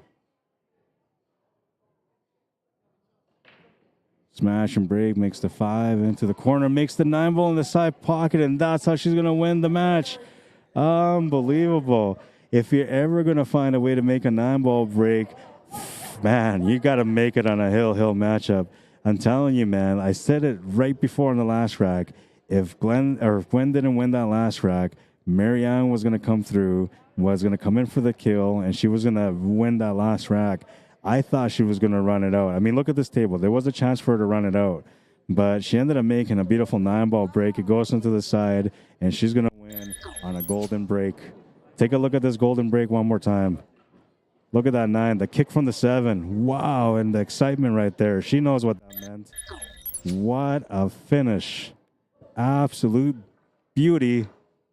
Let's take a look at it again. You got to enjoy this. So what I like about this more than anything is the emotion behind it. Like, yes, I just survived one of the biggest battles that I had today.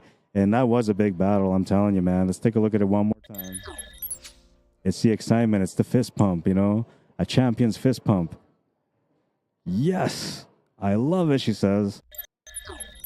Going on to the championship match, a chance to be able to win the ACS National and the women's division 9-ball. What an exciting setup. It's been amazing so far on this rack. I just knew it was going to be good. We have to go further up here now. These guys on the top right corner, I believe, is a B-side final matchup, Scotch doubles. The winner of that has to play for first and second after, which I believe that match is going to come to the TV table. But these guys asked me to put it on their match, so I'm gonna take this camera over there. I'm gonna go find out what the names are, and we'll set up their scoreboard for them. And then if there's any other match that comes to the main table, then we'll switch over to the main table. But if not, then we'll keep it over there, and you guys will be able to watch. It'll be a little bit further away, but you'll still be able to see what's going on. I'm gonna get set up right now on that. I don't think we met before. Rod, I'm Kathy. You're who? Kathy McDonald. Oh, hi, nice to meet you. My Yeah, pleasure. I hear you on the stream lots. Will you? Thank you. I try to keep it consistent, but I don't know. Sometimes I go off. Yeah, most of the times it's minimum 12 hours, right? So it gets exhausting, especially after the 10th hour. You start to. I'm only like. Somebody bring me a coffee or a beer or something? I'm about 12 hours now, so that's how I'm feeling lately. My brain's starting to shut down. I'm confusing the words. I'm looking at the shots and I can't see the results. Like, you wear down eventually, right? And a lot of it is because like the people that are playing are going through the motions. I'm going through the motions with them mentally. It's almost like I'm playing the game. My body doesn't know that I'm not at the table. My brain only knows that I'm thinking about what's going on in front of me. Yeah. And so on that theory, when I play in pool tournaments, I usually don't watch anything. I don't warm up or anything like that either, because I just try to keep my brain quiet. So when I go in there, it's all fresh. There's no extra. There's no worn down. Then I have all the energy for all the matches, right? I just learned that recently. It really helped my game. For my playoffs, I never practiced or warmed up once at all. I barely missed any shots that entire time. Well, But I've been watching. you need to get some strokes on these tables because they're fast, right? Pockets are very forgiving, but the speed is not. Yeah, they're playing right now at championship? Yeah. Okay. That was an exciting matchup. It was such a good matchup, honestly. But I had a feeling. Yeah, that's what they told me too, so I was surprised. Yeah. You know, I get a rest, and I'm in the 8-ball, and it's all good. I said on the stream, good job. I said on the stream when she went on for when you went to go rack the last round of this one, I said, okay, so this is bad. I said because MARYANN has that champion killer mentality right now. She wants to finish this rack right now. I said if GWEN doesn't win this next game, it's going to come down to the last game, and MARYANN's going to break and run that table out. Instead, he ended up making the 9-ball. But that was beautiful. I just knew you were going to win that game because that was the turning point. Right? Well, I was just, And you can see you were hungry for it, right? Yeah. yeah. She played really amazing. Yeah. So many On good that shots. 8 ball, and that was a huge swing because Yeah. instead of being 4-4, Yeah. 5-3. Yes. Yeah. That was great. She was on the hill. Yeah, no, she played amazing. Great. Yeah, there's no way of feeling bad about that. No. It was like watching two pro players play. Well, I'm glad. I'm glad the stream was good. Thanks a lot. Congratulations. Thanks a lot. So now you're guaranteed no less than second, right? That's Good play. correct. Yeah, That's good for you. correct. Good for you. Way to represent. All right, so I'm going to set up this table. I was talking to MARYANN real quick and congratulate her on everything. I'm going to take care of things, like I said. Give me a second.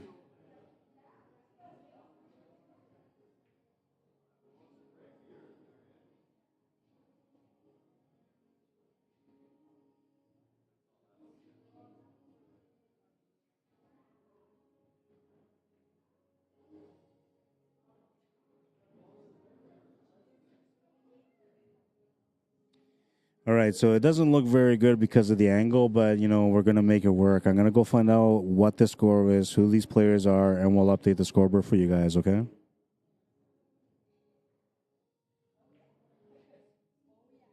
Oh, and we got to make it official that MARYANN won, too. There it is. It's official, 6-5, the final score. That was an amazing, amazing matchup.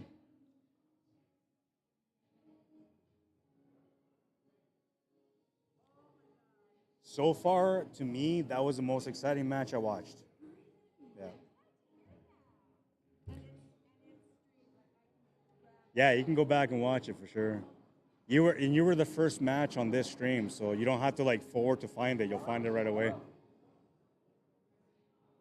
All right. Yeah, yeah. Yeah, yeah. Well, and that's something you don't usually see. You usually see the competitive edge only, right? But she was like polite. She had, good sportsmanship. Both of you guys were. Yeah, yeah. I actually thought you guys might have been teammates for a little bit there because that's the way you were treating each other, right? And but that was a great matchup. That was the best way to finish that match. Good for you. We'll take a look at that 9-ball break again. The golden break for MARYANN to move into the championship match. Wow. That fist pump, man, I tell you. All right, so I'm going to go find out what's going on with this. I'll be right back.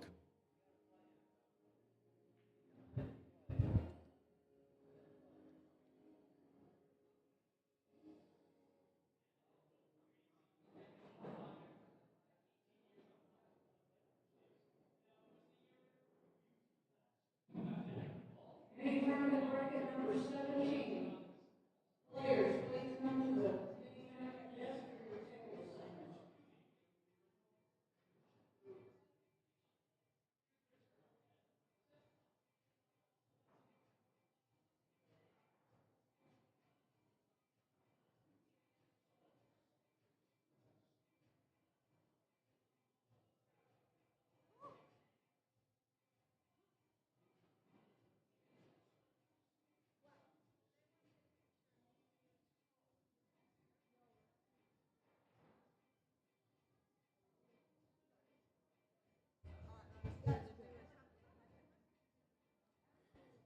All right, so this match here is a Scotch doubles. We're going to change that. And they're on the hill right now. It's hill.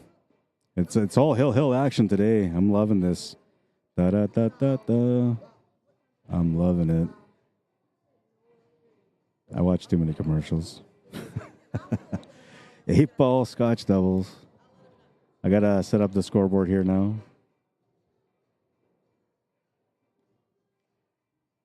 This is not the division or the... I got to take that down. I'm not going to set up that stuff here because this is the last rack, so I'm just going to set up the scoreboard so you guys at least know who won or... I don't even know who's who, actually, to be honest, but we'll take care of that right now. Oh my God. Oh, now you're moving on to Scotch doubles. I'm over there right now. Right, but you got our names up there still. Yeah, I'm just changing it right now. They're a hill. Yeah, you're welcome. Good shooting. Baker Rogers.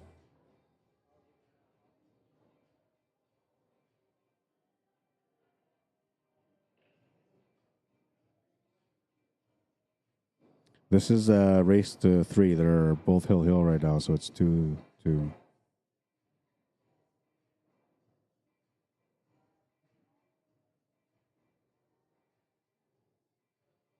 Playing against Marsh and Cochran.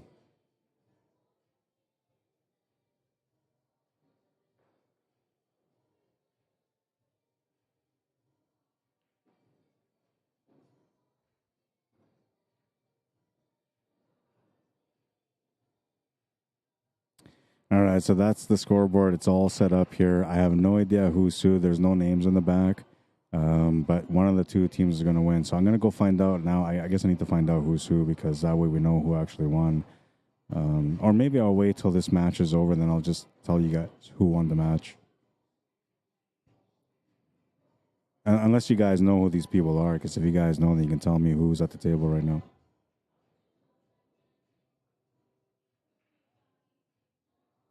This is the thing about coming into a country where you have no idea who's who.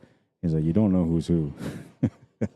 When I'm in Canada and in Manitoba, like especially in Manitoba, I know most of the players, but in Canada, I know a good percentage of them. So when they come to the table, like I know what they're doing, I know what to expect from them, all that kind of stuff. Out here, I have no idea. Angelina Pereira, welcome to the stream. Kayla Calandros, how you doing? Welcome. Reese Lewis says MARYANN is playing hot. Gene Pico says, I'm really enjoying watching these ladies play great 9-ball. Honestly, it was the most exciting match that I've watched so far in this event. It was a beautiful matchup. And you're going to get a chance to watch their finals tomorrow, the championship match. Anika Spillers, Benjamin Lester, welcome to the stream. Reese says, nice playing, MARYANN. Jane says, it's a little after midnight here. I'll watch more tomorrow. Great pool. Right on, Jim Peacock. Thank you for joining today and for watching the stream. I appreciate you tuning in. Enjoy your rest, and we'll see you on the stream tomorrow. Jeremy Atkins, how you doing? Andrew Lester, welcome. Gary Stelter, welcome back. Tom Arnold, not the Tom Arnold, right? It's just Tom Arnold, or are you the Tom Arnold? Yeah, I'm talking about Roseanne's ex. All right, so let's keep it going here. I have no idea. I have no idea what's going on this table. I don't know who's who, but it's Baker Rogers versus Martian Cochran. I believe the winner here has to play for first and second next. And they have a really good chance to win this game now, whoever this team is. All they got is just 15 and the 8 remaining. I'm going to go for a walk over there. As she makes this 8 ball, I'm going to go for a walk over there to find out who they are. And that way I can tell you guys who won. Because right now I have no idea.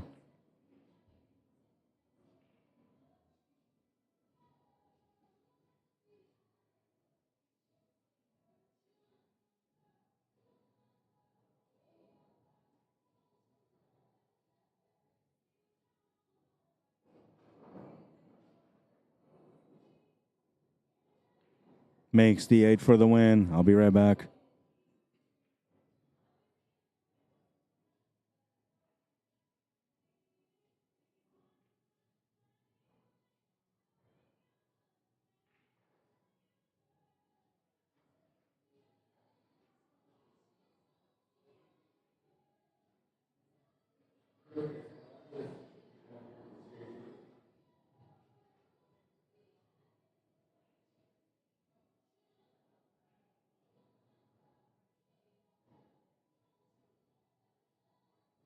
All right, so it was Marsh and Cochran that won that game with a score of 3-2.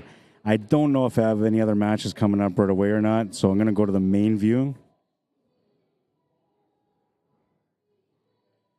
You can see on the main view, there's like nothing going on right now on any of the tables. I believe they're just re-leveled the TV table, so I'm going to go find out if they're shutting down these tables or what's happening. Give me a second, I'll be right back.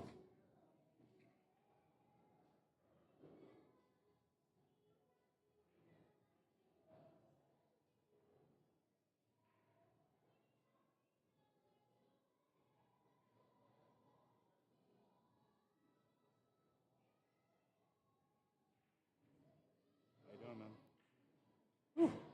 Starting to feel tired now. I'm running into 12 hours. Oh, yeah. I usually don't wear down to about 14 hours, but I've been watching so much pool. My brain's just been going so much, and I'm getting worn out. Well, that's like my job. You know, I do cybersecurity, so I got like 427 monitors at home. I work from home. Oh yeah. So I'm looking at this stuff all day. You know, different consoles, different things. You know. Yeah, your brain will shut down. Trying to investigate stuff. And it gets.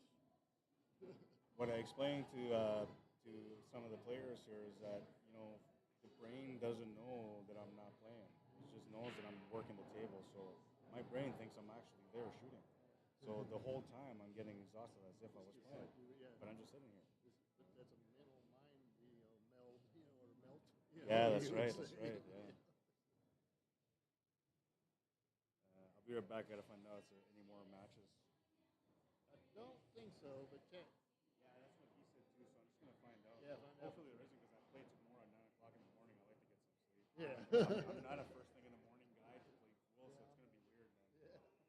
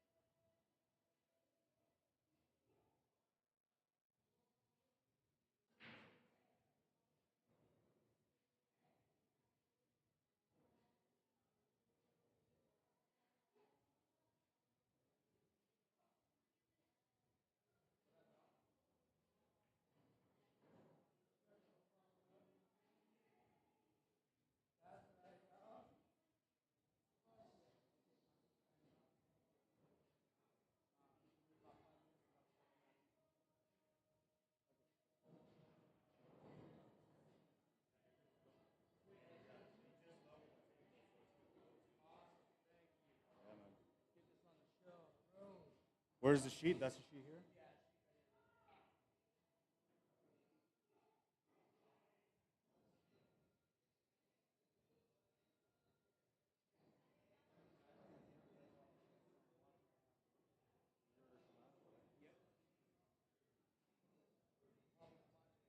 Good luck, man. Yeah, whatever. Whenever you guys are ready to go, I'm okay. The stream's running anyway.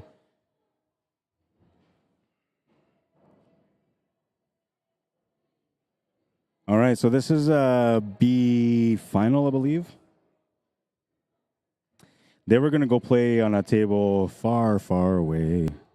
And instead, they're coming to the table right here, right meow. What? My phone's trying to be funny right now.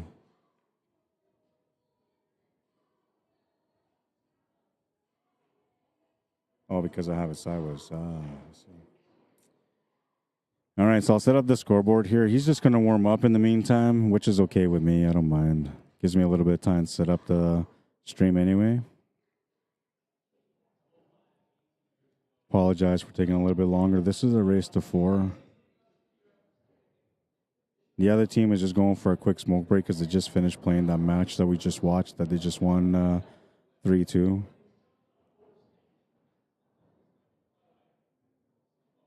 Oh, it's a race to 3.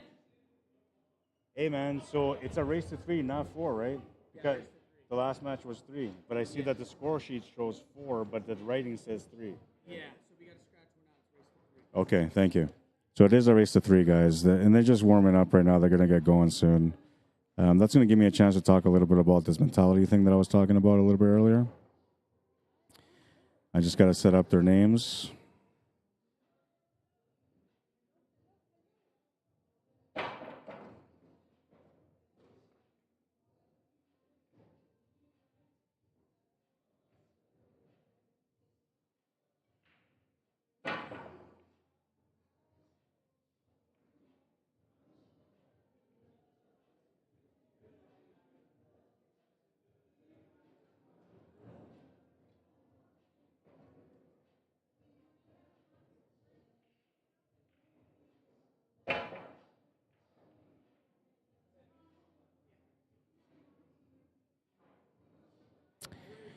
All right, and this is standard Scotch doubles 8-ball, so we're going to get that set up also.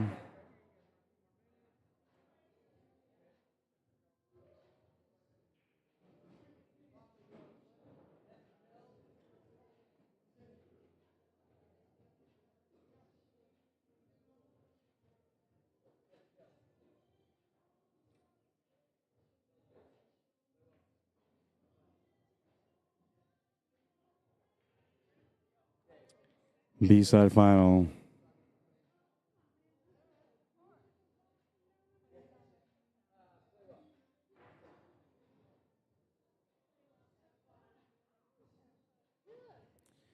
It is 8-ball. It is a race to 3. Marsh, Cochran versus Cook and Camacho. Cook and Camacho are wearing the orange shirts, and Marsh and Cochran are wearing the ACS 2023 national official shirt.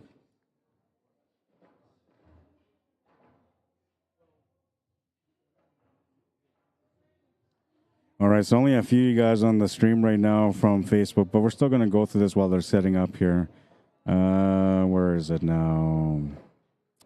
All right, so my process is called big circle and small circle. It is considered for me the champion mentality. So there's 2 circles in the game when you're playing. The big circle is when you're thinking outside of the table, right? So anything that has to do with thoughts like pattern play, shot adjustments, extra thoughts, you know, if maybe you're thinking about, I wonder what my wife ate for supper, or, you know, oh man, I forgot to call so-and-so. Those are extra thoughts that you're thinking about. All that kind of stuff should be in the big circle outside of the table. Pressure mentality, you know, I'm playing for this, or, you know, this guy is the toughest person to beat and I'm going to beat him. Anxiousness, nervousness, crowd distraction, people walking through, all that stuff belongs in the big circle. When you're playing at the table and you're about to shoot in the small circle, it should only be execution, nothing but execution. So that's basically what I'm trying to show you guys here. The only way to kind of really get into this mentality, to be able to develop the proper mentality competitively at the table, is by going by that, what I just showed you, and understanding, catching yourself in the process, right? So let's say that, you're about to go down to shoot, and then suddenly you have like this crazy thought in your head, right? Whatever thought that may be, but you thought it and you acknowledge that you thought it. Instead of shooting, you stop yourself because you're like, wait a minute, I shouldn't be thinking anything like that. So you stop, you stand up, you chalk your cue, you walk around, you go back in. The next time you go back in, now that thought's already been dealt with because you processed it. So now you're resetted mentally, you're ready to go. When you go into that small circle to shoot, now you're thinking just execution only. So you only focus on the shot that you're making. If you go down to shoot and suddenly you decide to change your shape or whatever, you have to stand up to reset. Look at the shot, acknowledge the thought that you're going through, and then step back and go back into the shot. Now you're ready for the small circle, the execution circle. So it's one of those things where you have to train your brain mentally to be able to be aware of what's going on the table within yourself, right? And so little things too, like when somebody walks by, drives by, if you happen to look at them even for a split second, you're not focused. You're in the big circle. So if you're about to shoot, step up, right? Step out of it. Reset, get ready, go back into it. When you're going down to shoot, there should be nothing in your mind at all except for making the shot. And if you're there, you found the small circle. Try to stay there when you're shooting. The more you do that, the more focused you'll be. What happens then is that when you're missing shots at the table, you're coming up short, you're understanding why, and the reason why that is because you're focused on the table, right? So when you're missing because you just didn't aim right. There was no side distractions or anything like that. Maybe you don't know the shot, so you got to work on the shot. But by playing the right way mentally, you're going to actually learn more about yourself than you would if you're constantly, getting distracted in the big circle. So there's a little bit of knowledge for you guys to kind of figure out a little bit of mentality. And I'm going to keep talking to you guys about mentality as I go through all the time, every match, or not every match, but every day that I'm streaming. I'm going to keep making references on mentality because I feel like mentality is one of the things that you either know through experience or you just don't know, right? And the reason why is because we just don't talk enough about it. We don't emphasize enough about how we should be thinking at the table. My job is to try to grow the game and teach you guys how to become better players. And the best thing I can do for you guys is help you out with the mentality, the one thing that nobody tries to share knowledge on. And the reason why they don't is because that's their edge. I don't care how good you become. If you're as good as I am and we have a battle and, you end up beating me, good for you. I'm not scared of how good you become. That's the reason why I'm going to share all my knowledge with you guys. For me, you guys becoming great players actually helps me feel better about the job that I do because that's what I'm trying to do here is trying to create better players around the world, whoever tunes in to watch. And I say around the world. I know you're saying, oh, what do you mean around the world? There's there's 15 people watching right now on Facebook. And how do we got on YouTube? On YouTube, we got 18. So you're thinking, what do you mean the whole world? But the reason I refer to that is because when I work with Cuesports Live, we have people that tune in from all around the world to watch our streams. And a lot of those people watch the streams on my YouTube channel. So they're the ones that are tuning in, watching this information later on or today or tomorrow. And they're going to benefit from it, right? So that's the referral, the reference to the whole world type thing. But hopefully you guys got something out of that. You understand it a little bit better. And I'm hoping that it'll change your game for the better just from that alone. When you're focused at the table, you're making all the shots. When you're not focused, you miss most of them. And that's just the reality of pool, right? So big circle, small circle will help you get there a little bit faster.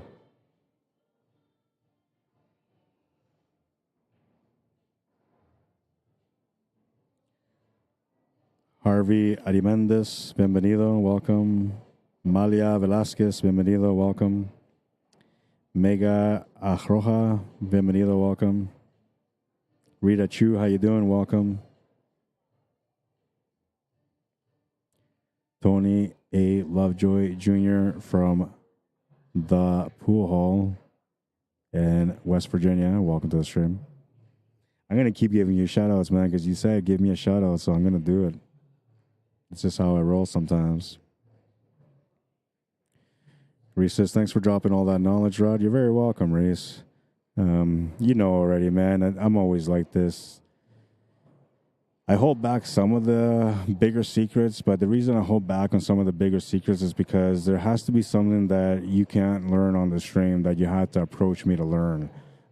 So the bigger secrets, those are the things that usually I'll share with my students. Anybody that wants to learn from me and take lessons, I'll usually introduce them to all the bigger secrets that make a pool player the best pool player that they can be. And I could go on that a little bit more through the stream here throughout the week, but I'm not going to go all the way. So there's some of the things that I'm going to hold back, which are the key things that help you become the best player at the table when it comes to cue ball control.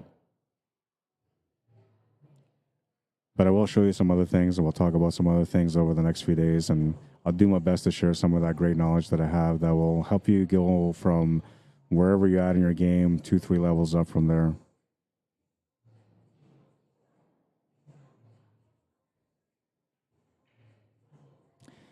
And the only thing I'm asking in return is that you guys just like and share the stream. Not asking for lots, man. Just a little bit. Just support my work. You know, you see that I'm a passionate guy, and if you appreciate that, best way to support me is by liking and sharing the stream. The other way too, of course, which is subscribing to my YouTube channel, Rod Arriagada /CSL Manitoba. That's how you find me on YouTube. Make sure you hit the like, notification, and the subscription button, or even just a subscription button. That's all I really want. Do that for me, and then you'll help me get to that 1,000 subscribers, which, you know, is something that is important to me because I'm trying to be able to monetize from the work that I do. And know when you subscribe, you're not paying anything. Don't worry about it. And you're not gonna, when I say monetize, people get scared. What I mean by monetize, I mean that I'm looking for people to advertise with me, because they see that I have the 1,000 subscribers. So now that opens the door for me to be able to get advertising through companies that think that my streams are good and popular. So they'll start trying to advertise there. And that's how I make money, right? So you're not giving me money, but you're just giving me a chance to make money by subscribing to my channel. And that's all I really need, is just an opportunity. So thank you to those of you that subscribe to the channel. And if you didn't, you can really help a guy out by doing so.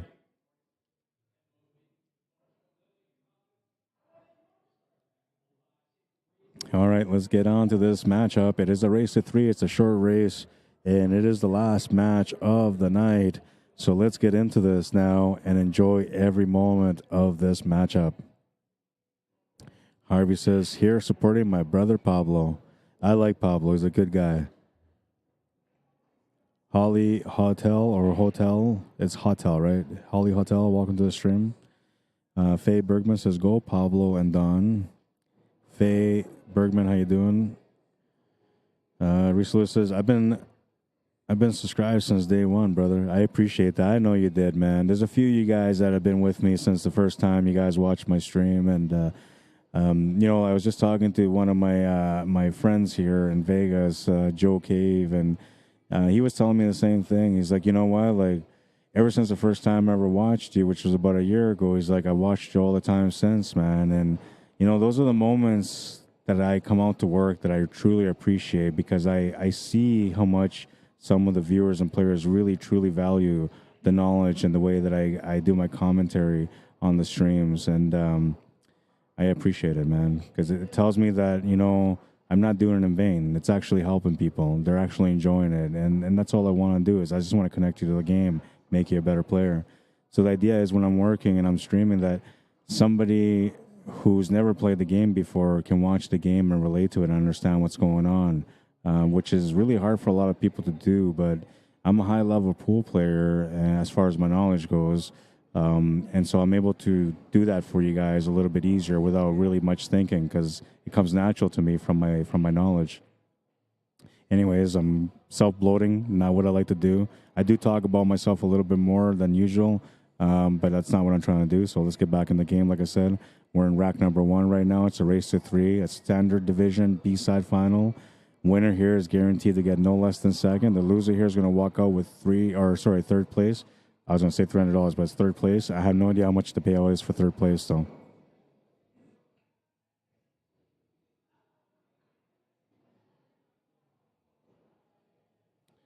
Angelo Delizo says, Sunshine Gang looking good out there. Let's get this, guys. So who is the Sunshine Gang? Which one of the two? It seems like everybody's kind of coming in here to support Pablo and Don. So is that the Sunshine Gang?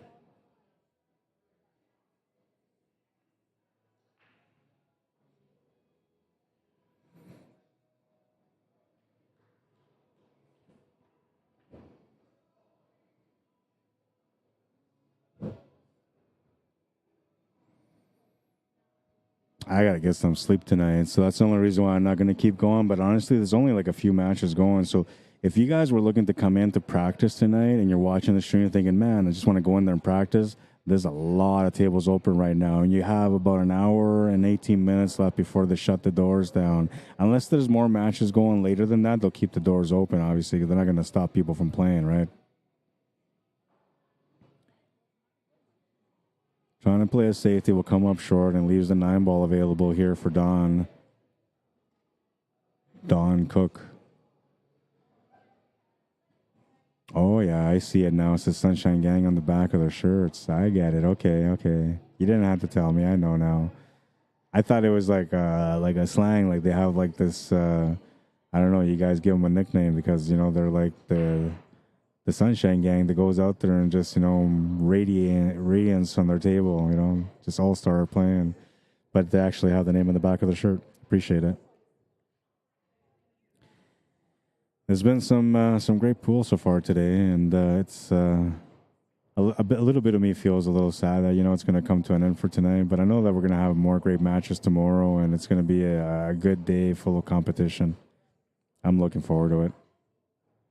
I'm not going to be streaming at 9 o'clock in the morning, though, because I have a match. So I may not stream till after my match is done, or if I have to play back-to-back after my second match is done. Hopefully my second match is not an elimination match. Hopefully my second match is to get a little bit further on the A side. No idea how many players there are, but I'm going to take a look at that right away, too. Haley Camacho says, let's go, Sunshine Gang. How you doing, Linda? Sunshine Gang. So where does that stem from? Is that, are they from the Sunshine State? Is that what it is?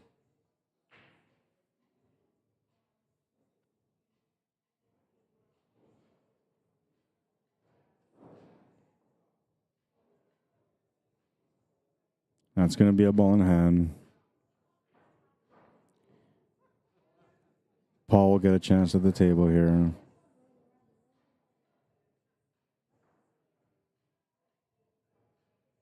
Haley Camacho says, let's go, Sunshine Gang. I just said that. Maria Camacho says, y'all got this, Sunshine Gang. I love you, bro. And Faye Bergman says, love you, Sunshine Gang.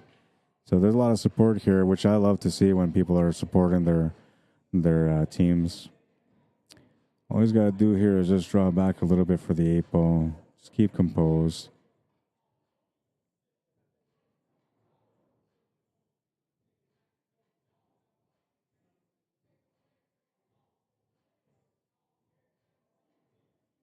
This Paul Camacho comes across like a really good guy, a really nice guy. I just met him today, but it just seems like he's a really nice guy. He's got that good soul aura around him, you know? You can always recognize a good soul in front of you. At least I can, anyway.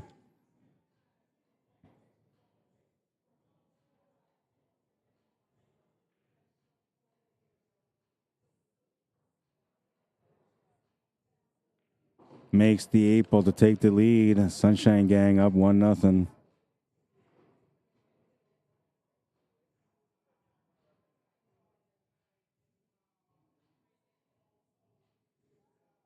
Alicia Dios says, we're all watching Pablo and Don. The kids are so excited for their dad. That's awesome.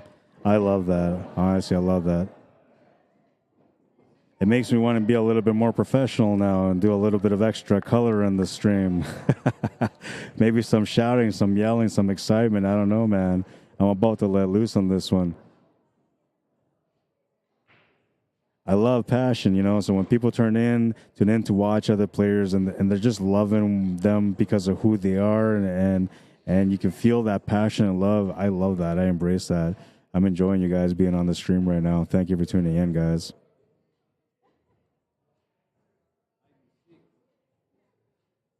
And hello, kids. How you doing? Welcome to the stream. If you get a chance to play pool one day, you're going to love the game. It might be hard at first, though, okay? But trust me, you'll love the game.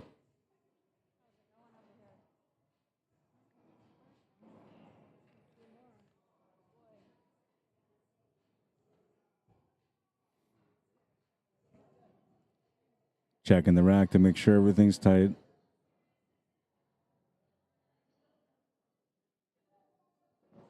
Looking for a big break on this one.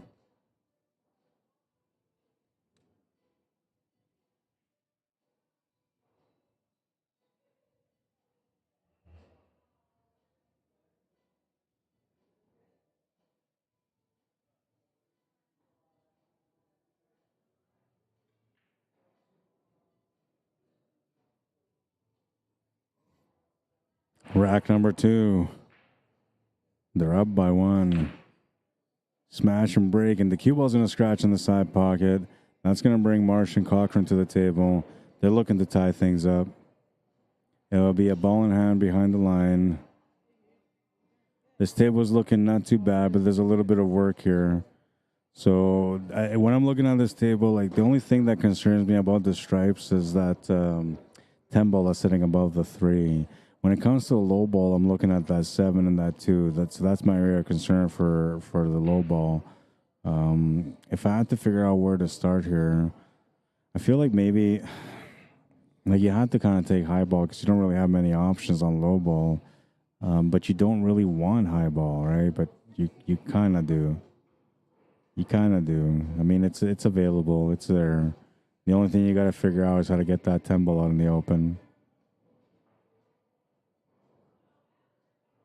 Which you might not even have to on this table. You might be able to cheat it in. Makes the shot to the corner.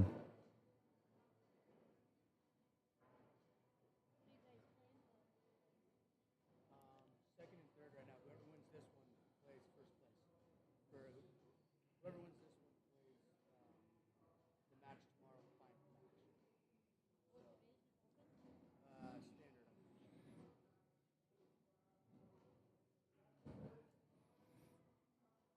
Now, the one thing I'm hoping that doesn't happen is they try to put a championship match on at 9 or 10 o'clock while I'm playing my match. Because I'm going to feel bad if I can't stream that match or if I'm streaming it with no commentary, no scoreboard updates because I'm playing. Good shot. That was a good shot.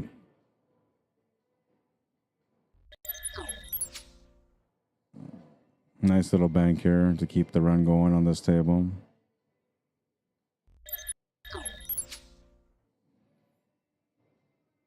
She's going to call the safety here. There's a big mess here right now, so playing the safety is a smart shot. A really good shot there, good execution, nice and simple.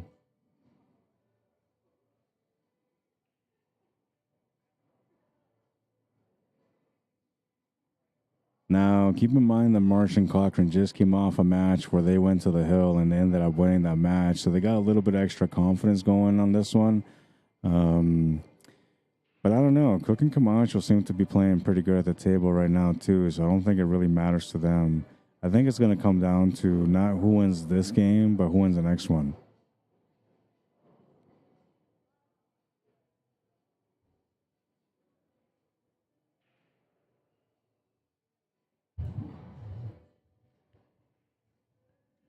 Diane Banks says 8 on the break is not a win, correct? No, it's not. Haley says, we're all here for you, Pablo. Oh, I got to answer this call. It's an important call, so I got to take it. Well,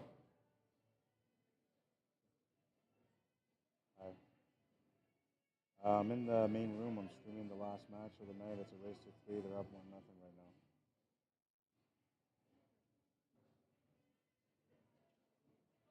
Yeah, I have the key. It's here, and I can't walk away from the stream because it's only a short race to 3. It's a B-side final too.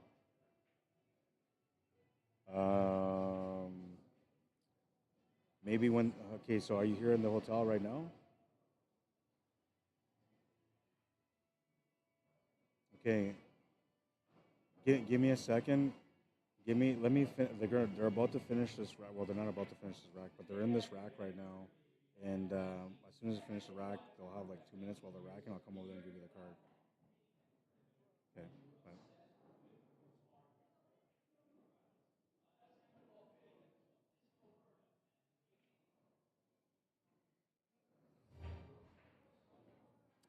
Actually, this table's a little bit hard. So I have somebody here that's looking for the room key for the room we're staying. How you doing, man? So I don't want to make him wait because he just arrived. He flew to get here and he's got all his luggage and he's kind of sitting by the elevator. So I don't want to do that to him. This rack looks like it's going to be a little bit of a back and forth because there's a little bit of grinding on this table. So I'm going to let it be without commentary for about 3 minutes and then I'll come back. Hopefully the rack is still in effect and I didn't miss much. If there's any highlights, any incredible shots right now within the next 3 or 4 minutes, I'm going to miss those. So hopefully that's not the case. But I have to go do this. I just can't keep him waiting. It's not right. I'll be back. I know how it is when you're traveling. You're exhausted. You just want to get in your room. That's what he's feeling like. So I'm going to go do that right now. I'll be right back. Apologies for having to leave the stream real quick, but I will make it quick, okay?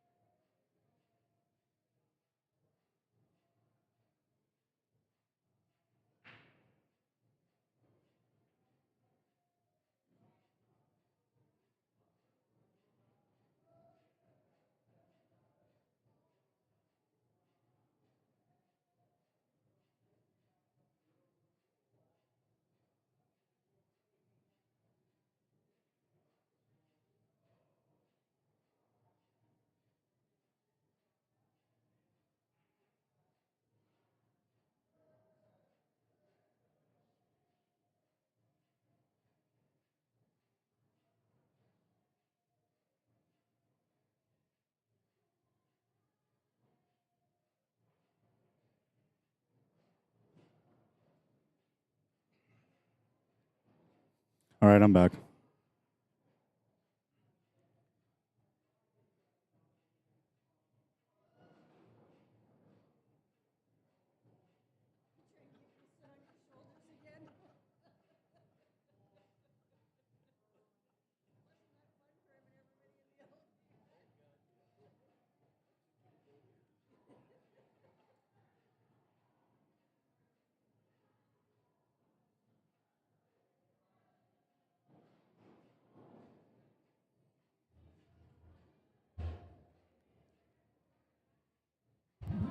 I kind of knew this table was a little messy, and by the time I came back, it should have still been on the same rack, and I'm lucky that it was.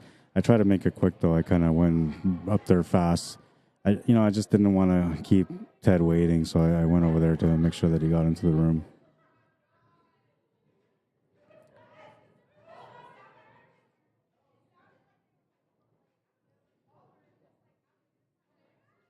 I know when I traveled here and I got here on Friday, I was like stressing out because I had to sit at the front waiting for check-in and all that stuff to go through, and it was like maybe 40 minutes before we got into the room, and all I was thinking about, like, I just want to get into the room, man, get rid of all my gear and just let everything sit in there so I can just go check out the scene, relax and breathe and just reset, right? And so I understand where Ted was coming from. That's why I went over there real quick to get in the card. And it's a good thing, too, because, the time that I took to go there and come back, it would have taken way longer if I waited for this rack to finish first before I went to go see him, and he would have been waiting that whole time. All right, let's get focused here. 1-0. We're in rack number 2. Marsh and Cochran at the table right now.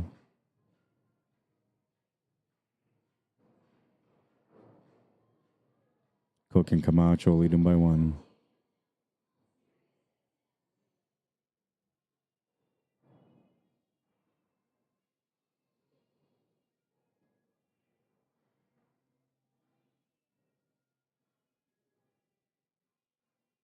Now, from what I remember, they're high ball. So she's got a couple of different options here, but they don't have a breakout on that 10 ball yet. You can't create a breakout by taking that 12 ball right now, so you're not going to do that. I don't think you got much with that 14 ball. I don't think it goes past. This side view's not really going to tell me, but it kind of gives me a little bit of an idea. Yeah, so it looks like the 14 doesn't go to the side either. What I like doing here, maybe if I was her, is just playing a safety gun with the 15 ball. Yeah, she's going to call it safety. I like the thought here. All you got to do is just play this out the top of that 15, try to get it up to the top right, top left corner. Or even get that 15 to come across just like that. Perfect.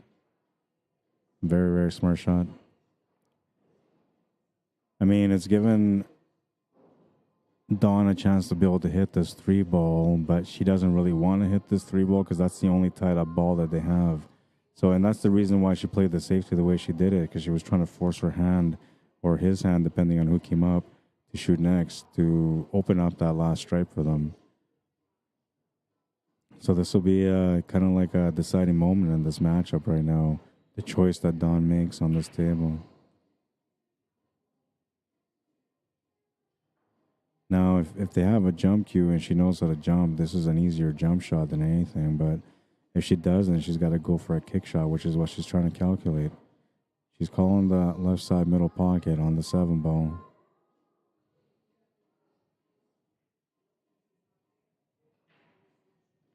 She's going to hit it, so she avoids breaking out that only stripe. And she's going to leave a decent leave here, too. So that worked out really nice. Not only that, but they pushed the 7 ball, or she pushed the 7 ball down table that allows them to have a breakout on the 3 also. If you get the right position on the table, that is.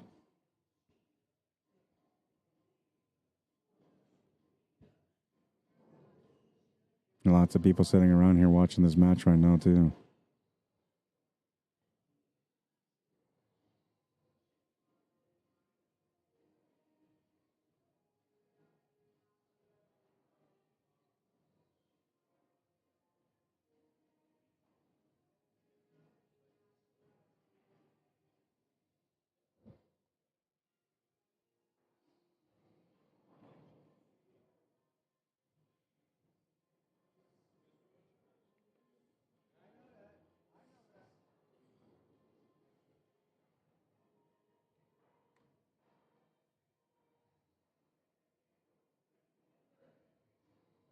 Yeah, he doesn't like the way this is sitting right now. I mean, the problem here is that you have to shoot over the ball on the 14 ball, which makes it really uncomfortable with the bridge or the reach. Any other option from there, you're looking at a safety because he doesn't really have much else. So that was actually a really, really good shot. It worked out really good for Don and her teammate Paul.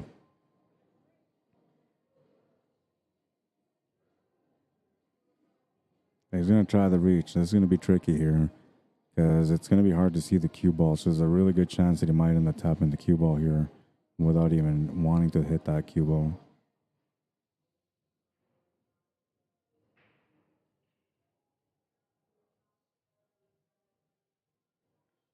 Makes the shot. Good shot. I don't know if he got clean of that 8 ball or not. It looks like she'll have a shot on that 11 ball. I'm wondering maybe she can just make this 11 off the rail, off the 3 to open up the only tied up stripe that they have. Problem there, though, is if she doesn't make the shot, she's going to open up the 3 ball, too. So I'm not sure that's what you want to do at this point, especially because it's a short race to 3 and Cook and Camacho are already up by 1. If they can win this game, they'd be on the hill and putting all the pressure on Marsh and Cochran. She's going to call safety. She's got some good discipline too, you know, because she hasn't really done anything crazy. She's just been conservative at the table. And look at that. She's going to open up the 3 ball. The only thing she didn't want to do was bump that 3 ball. She was trying not to, and she ended up bumping it out a little bit. So now Paul will have a shot on this 3 ball with a breakout angle on the 2 ball, which should help him, or sorry, on the 7 ball, which should be able to get him back up onto the 2 ball. It's kind of like you're worrying about 3 variables on this shot. So usually when there's more than 2 variables, the more variables included into the shot, the harder the shot becomes. This one you can just keep it simple. Actually, you can not hit that 7 ball at all. Just make the 3 come up clean off the top of the table, sit up for the 2, and then finish off for the 7. And I think that's the way you should be playing. And my original call was to bump the 7 ball out, but by doing that, the cue ball is going to get out of control. It's going to go into a funny spot. It's likely going to end up leaning back towards the left where that cue ball is right now, leaving not much of an option unless you end up landing a shot on the 7 ball. So I don't think it's the right shot to try to move that 7 ball. I think it's the right shot just to try to stay clear of it, come back up table for the 2. We'll see what he decides to do. I mean, it is tempting to move that 7 ball, and we'll see what he decides to do. Yeah, see, he's standing up here because there's something that doesn't sit right with him right now on this table. And so when that happens, that's your instincts, your survival instincts or your killer instinct telling you, you know what, this is the wrong shot. Think about it again. So he took a good reset to walk around, take a look again, and just try to figure out what he wants to do and be committed to it. Looks like he's committed to it now. Yeah, that was the shot right there, man. That's the money shot. Easy bounce, easy bounce. Oh, no, he's got a weird angle on it. So now she's going to have to come up with a really nice shot here to either get onto the 7 on the left side of it or to play off the left side cushion back to the right for the 7 on the bottom left corner.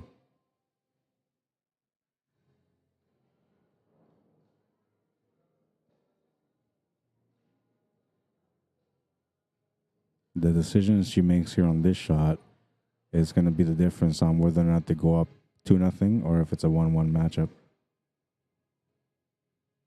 I wouldn't necessarily call it a pressure moment, but individually for her right now, it kind of is.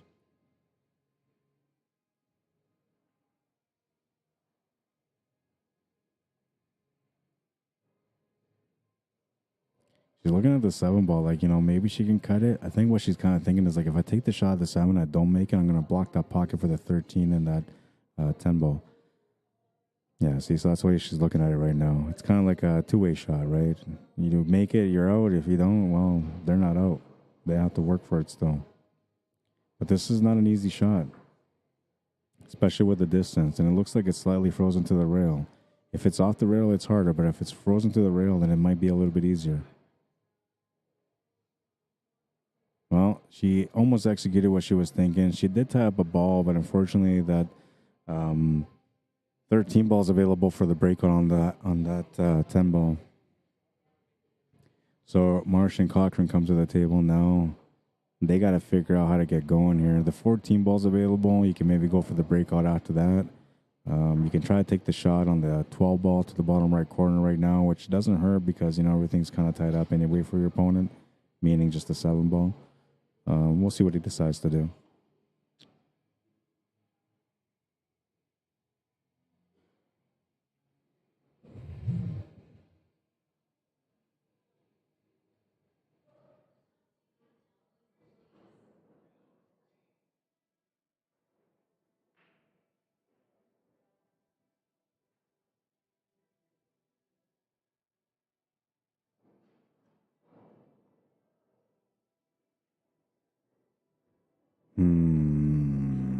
What do I do? What do I do? I kind of feel like making this shot to the corner on the 12 is kind of like a no-risk situation, but you're not going to not make it. It's where the cue ball goes next for the next shot that matters. Ooh, you got a good bump off that horn. That's going to set up the shot on the 14. So now these guys are looking good to be able to have the match. They just got to keep their focus, and mainly she's got to find the angle for the breakout here on that 10 ball. So this is a situation where like a timeout or a coaching timeout would come into play, and you would probably use it because you talk to your opponent or to your partner and you say like, hey, so where do you want the ball for the breakout? Right? But in this situation, they don't have any timeouts at all. They're not allowed. So therefore, you have to just try to do your best to set up a shot that your partner can take on to be able to get the finish. And so that's what they're doing now.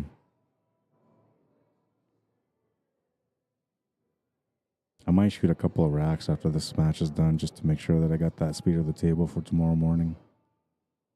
The only way I can come in and be ready for the match is if I come in at 8 o'clock in the morning, which is going to make it less sleep for me.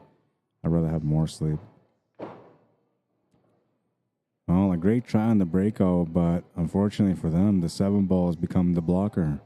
And now you're kind of in a do or die situation. Not that you're going to lose if you don't make the shot, but you will lose the rack, and then you're under pressure. You have to hit this ball now. At the very least, you got to hit it. But I'm telling you right now, the way this table's laid out, it's kind of like an all-in moment for them. Because Cook and Camacho should be able to find the finish on this rack. With or without a ball in hand.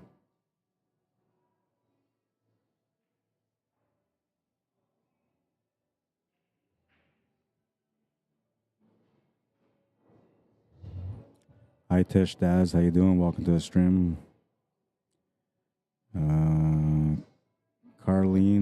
Carline Payne, welcome to the stream.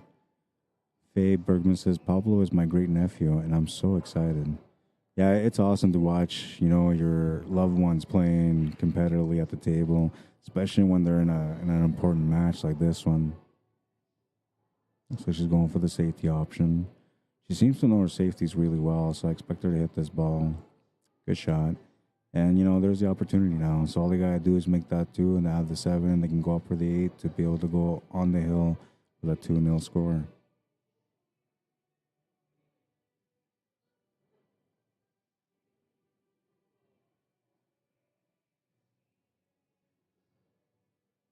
My shoulders and my neck right now are feeling the way they felt when I was on the plane the first time I went to Calgary, and there on the way back, I decided not to buy a travel pillow because I was like, well, it's only like an hour and a half flight, 2-hour flight. Who really needs a pillow for that, right? I'm thinking it's stupid.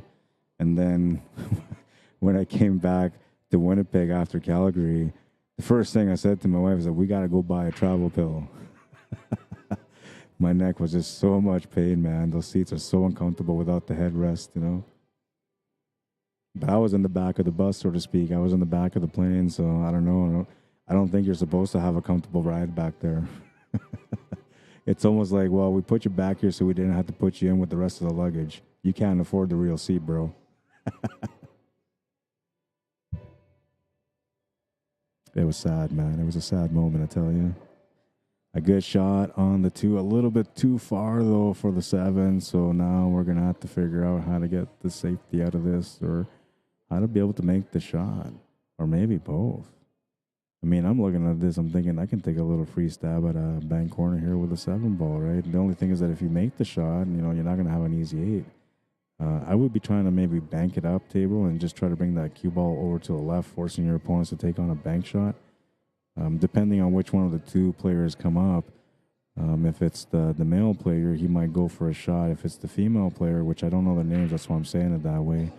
She's been leaning more towards safety more than not when she sees the opportunity to play it. So I think who comes up next is going to be important for this one. But that doesn't really matter. What matters right now is what Don can do at this table. It's a tough spot to be in. I mean, maybe a little bit tougher if we're, you know, hill. This is the last rack. This would be one of those sweating bullet moments. But I think they still have an opportunity. She's going to call the bank corner. That's the right shot to call. Now, just in case you want to be able to draw this cue ball over to the right a little bit so that way you allow your teammate to be able to have a shot on the 8 ball. But I think you're not really trying to think about to make the shot. You're more or less just trying to keep a safe shot here. Well, I'll take that back. She made a beautiful shot. Wow. What a shot. Wow. And, well, now Paul will have a chance to be able to follow that up with the 8 ball.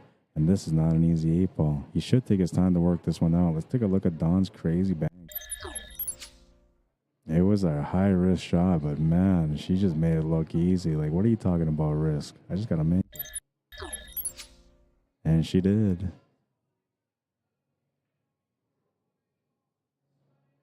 This is kind of like the moment of truth on this rack for them right now because they make this 8 ball, they're celebrating, you know, and if they don't make it, well, they're going to come back to the seats hoping that their opponents don't end up coming up and winning this rack. It's tough to be in the spot, I'm telling you, man. You know, you're looking at this like a bar box table, a 7-foot table, right? So you're thinking, well, you know, it's only 7 feet, right? But on these shots, these shots feel like 9-foot shots, you know, especially when there's a little bit of extra on the line, like playing in the B-side final.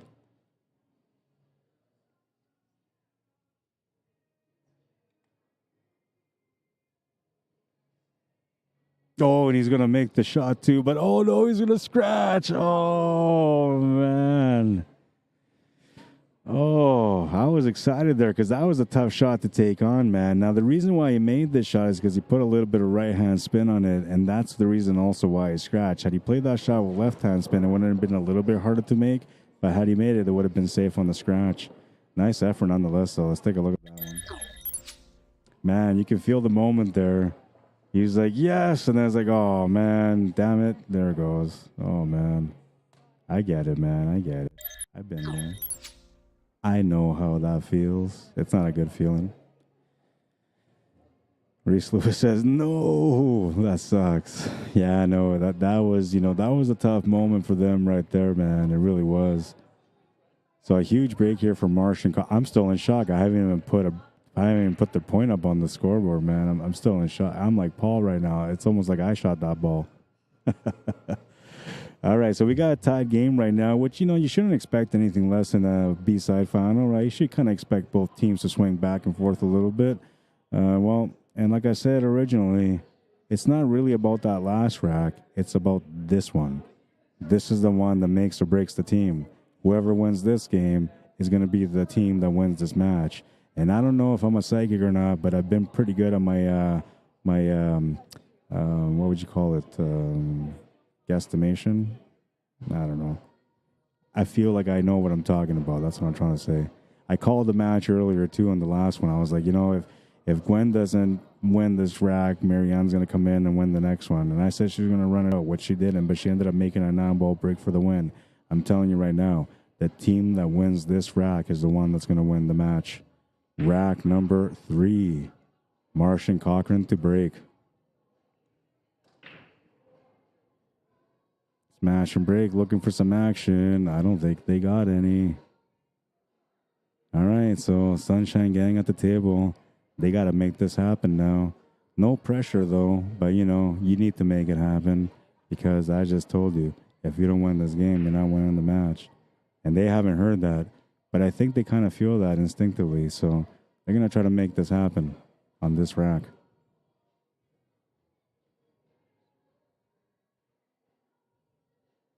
Angelo says, don't drop your head, bro. Yeah, no, that's just the moment that, you know, he felt, right? Like it was like yes, oh man, at the same time, right? It's like when somebody gives you a kiss and then they just punch you in the mouth. It's kind of the same thing, man. You know, I'm not saying that somebody did that to me before, but I know a few people that had to go through that. No names, I tell you, no names. Diane Banks says, been there, done that. Reese Lewis says the same thing, been there, done that. You guys owe each other a beer now. That's the way it works. You say the same thing, you owe each other a beer. Lisa Blankenship says, as a pool player, I feel this pain. Oh, I know. Trust me. I know. We were all feeling that pain. I mean, I'm going to go to sleep having nightmares about that shot, man. I was feeling that moment, too. Lisa says, it's okay, Pablo. You guys can do this. That's right. So the important thing, you know, we're going to talk a little bit more about mentality right now since you brought that up. The important thing is just to understand that you're in a battle, right? So don't worry about, like, the nervous side of things, the pressure side of things, the shortcomings. You know, maybe you miss a shot, maybe you scratch, whatever the case is, you know.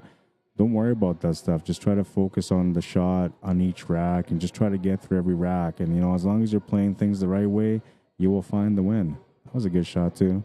Looking to open up that 4-ball, but it wasn't enough. Or was it?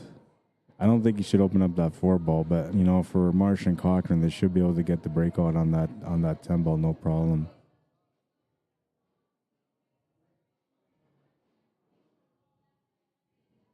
I'm wondering whether or not you can make that 7-ball, but it's kind of like, I don't know, it looks like he's kind of jammed up in between two balls, making it a little bit more uncomfortable to do that shot.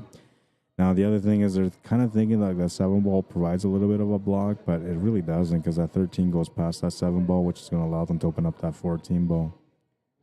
So I feel like, yeah, you know, you might be committed to just taking the 7-ball now. Though the only problem with taking the 7-ball is that you may not find a following shot after that or an escape shot after that. Needs a little bit of luck here on this shot.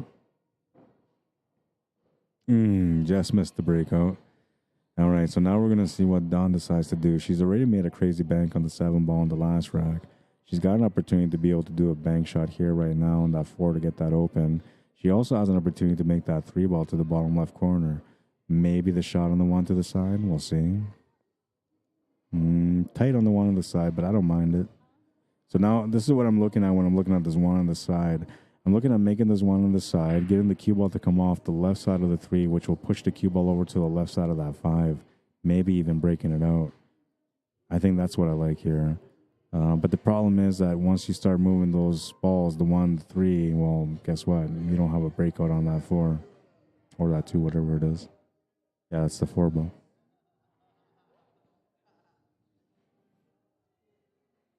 Oh man, they're saying it's so hot right now in Vegas that it's near a record. Crazy. And it doesn't even show me how hot it is. It just says near record. So it's like it's hot out there. Things are heating up in Vegas and not just on the pool table.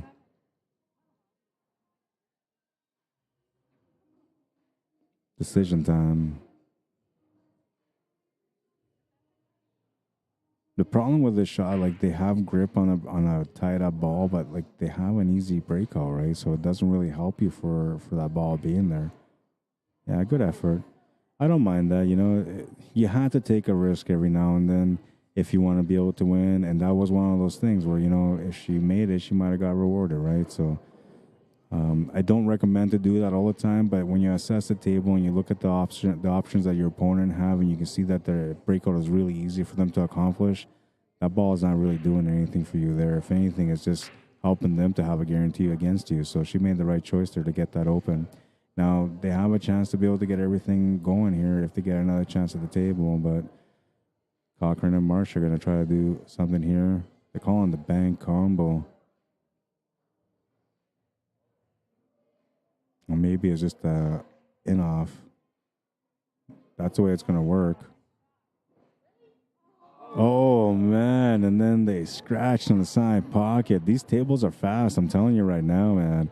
They're fast. If you haven't played in any of the events so far and you're playing in the 8-ball singles tomorrow, you're going to get caught off guard.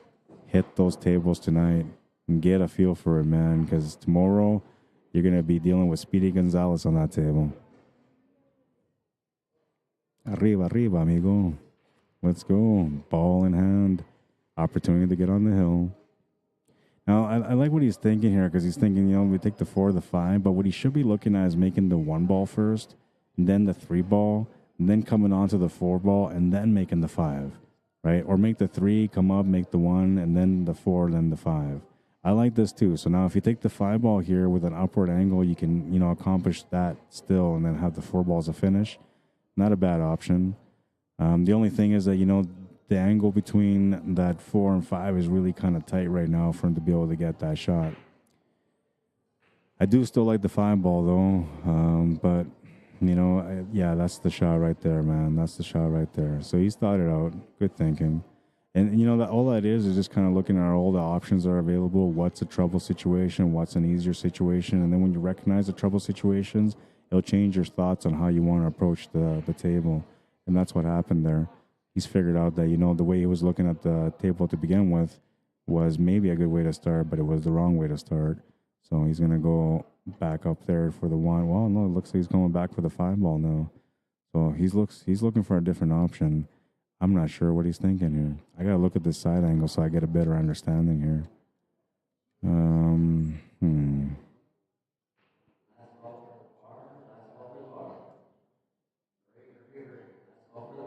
Last call for the bar. If you're in the building and you want to have another drink, get on it. Last call. Yeah, so I don't know. Like, I'm looking at this side angle. I can't see what it is that he sees right now because it feels like if he makes this 5, he's going to run into that 4. It's not going to give him a follow-up shot unless he's trying to get, like, to the left of that 3 so he can set up the 3 to the side, and maybe that's what he's thinking. That could be actually the possibility when I look at it from this angle. We'll see what he does.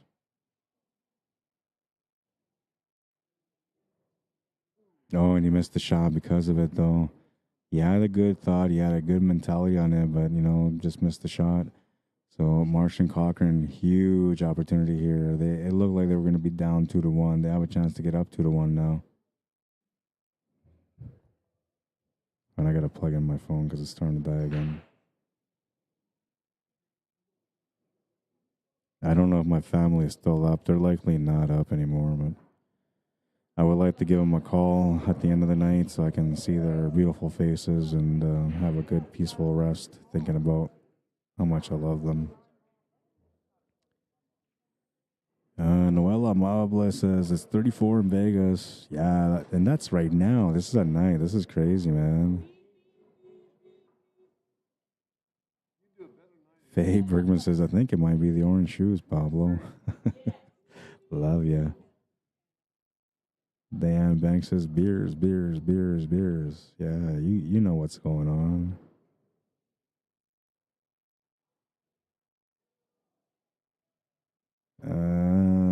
Hey, Rod. Oh, wait, got a question here. So Reese Lewis says, hey, Rod, why are the tables not automatically given the cue balls back? All right, so my theory is that these cue balls are not the right cue balls for the set. And the reason why I say that is because, this is the way it works when it comes to the ball chamber on a table. All the balls will go down the chamber because they're all the same weight, right? The cue ball is always a little bit heavier, and the reason why it goes to the return where you usually come get the cue ball out is because of that extra weight. So when all the balls are going to the chamber, that little bit extra weight pushes the cue ball through the other way instead, and that's why it comes down in the return chamber like it's supposed to, instead of the ball chamber where it's going here on this table right now. And that's doing it on all the tables because all the cue balls are the same. So everybody that's playing right now, when they scratch a cue ball, they have to deal with that. Another good safety shot here. I really like her composure. She doesn't really try to go for anything crazy, and she sees an opportunity for a safe, and she always takes it out when she sees it. And it's a smart shot. I mean, you do have a table available, but maybe it's not the right setup, so a ball in hand could help you out here.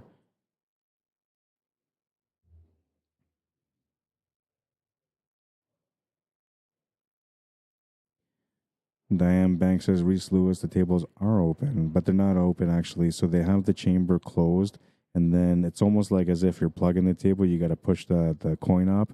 You push it in like as if you plugged it, but you don't plug it. So they are free. So you're not paying for the tables, but they're not open. So you have to always that coin up, and then that's how you get the balls out, right?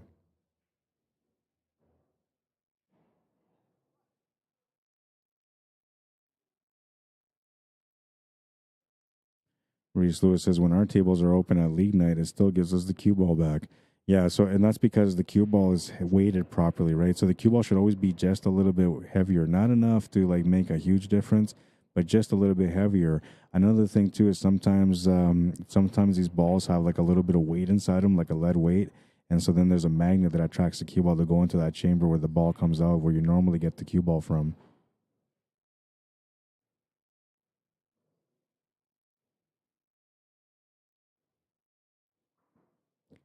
Joe Cave says, I wonder if the table is really that fast or are they using the Valley Heavy cue ball? It is not the Valley Heavy cue ball, so that's the reason why things are a little bit different on this table. If they were using the heavy cue ball, the speed wouldn't be as much, and the bounces off the rail might be a little bit faster, but they'd be able to control the cue ball a little bit better. These this cue ball and these cue balls, I feel like they're exact same weight of these balls. So what happens when you have a cue ball that's not as heavy like it's supposed to be? Things like spins and draws and that kind of stuff, you get a little bit of extra action on it. And that's what's happening on these tables so far for a lot of these players is that they're getting a little bit too much action. Faye Bergman says the tables are that fast. Speaking from Vegas live. No, they really are. Honestly, I check them out every day so far. I played a couple of racks here and there to get the speed, and it has not changed once. The speed is still the same. Reese says that's what I'm thinking. Different cue balls, right? Yeah, you're right. It's different cue balls. Then he says I always told the cue balls are heavier on quarter operated tables. Is that true?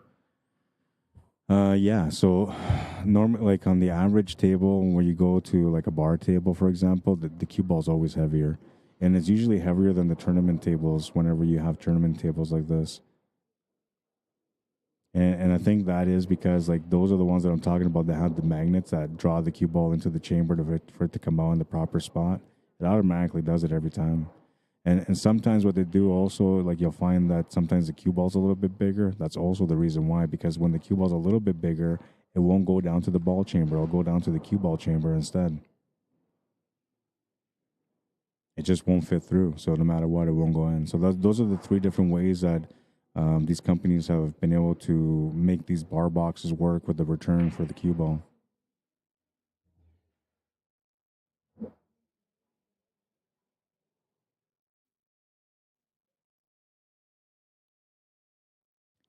Checking up on YouTube.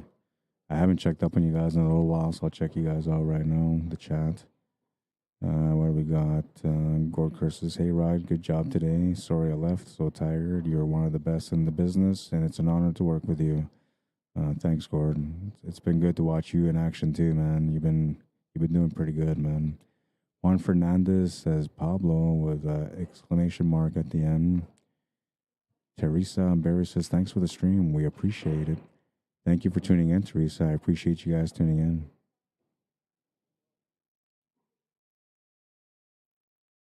I know it's late, and for some of you guys, it's extremely late. So I know you guys are out there, enjoying the stream right now, no matter how late it is. Most of you guys are here for support, for either Martian Cochran or Cook and Camacho. But thank you for tuning in, guys.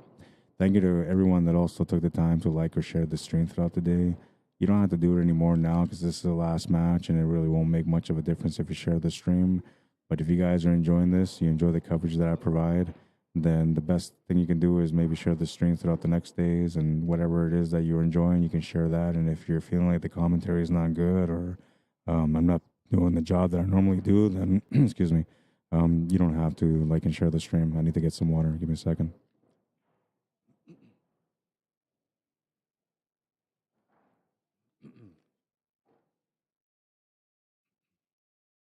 All right, I'm good.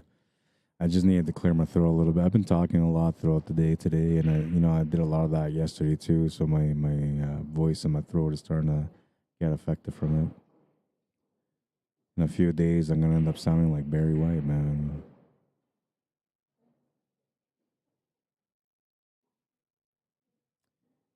they came up funny here on this 8 ball. I don't know how he's gonna figure this out. From this angle, like he can't get a cannon or a carom off that 3 ball to make the 8 ball. It's just not possible. Can't really bank this 8 ball either because there's no pocket for it. Can't really kick the shot on this 8 ball either because it's not available. And the 5 ball's blocking the long rail kick. So right now they're in a really tough position. This is basically you need to leave a tough shot for your opponent or else they're going to win this rack. And you know, with this table the way it is, finding a tough leave is going to be really difficult for them because everything is kind of open, right?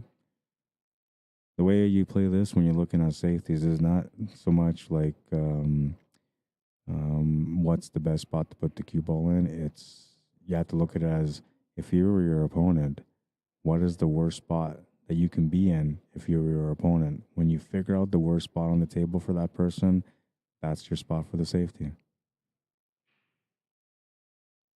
Taking a look at this, he's looking at the possibility of a kick shot maybe. I don't think he can do that cannon off the 3 ball into the bottom right corner for the 8, so I don't think that's what he's measuring. I feel like he's measuring the kick shot. He wants to just make a nice clip on this 8 ball and send it to that bottom right corner, which if I was to measure this on a level of difficulty from 1 to 10, I would say this is right in that 9 to 10 point difficulty. He's going to call it. He's going to go for it. And I don't think he's going to go for the kick shot, though. It looks like he's trying to go for the cannon off the 3. For him to do this, he's got to hit it with lots of power with some bottoms because the bottoms will force the follow through on the 8 ball. Yeah, there wasn't a whole lot he can do. And is he going to get rewarded here? Ooh, it looked like that 8 ball was going to come and save the day for them. But unfortunately for them, they left a shot on the 5 ball. And, well, the 5 ball matches the player at the table right now. They're both orange, so time for the Sunshine Gang to be able to get this rack going. 3 balls remaining plus the 8 ball. A little bit of thinking here, you know, because, like, unfortunately for them, they can't just go 5 ball, then approach the 3 after that. They have to make the 5 ball and then either stun over to the left side of the 3 or settle for the shot on the 4 with an angle to be able to drop the side cushion and back down for the 3. I like that better. And if you're going to do that, then all you got to do is just make this 5 and stop the cue ball right there where the 5 ball is. That gives you the nice angle to come down for that 3 ball after you make the 4.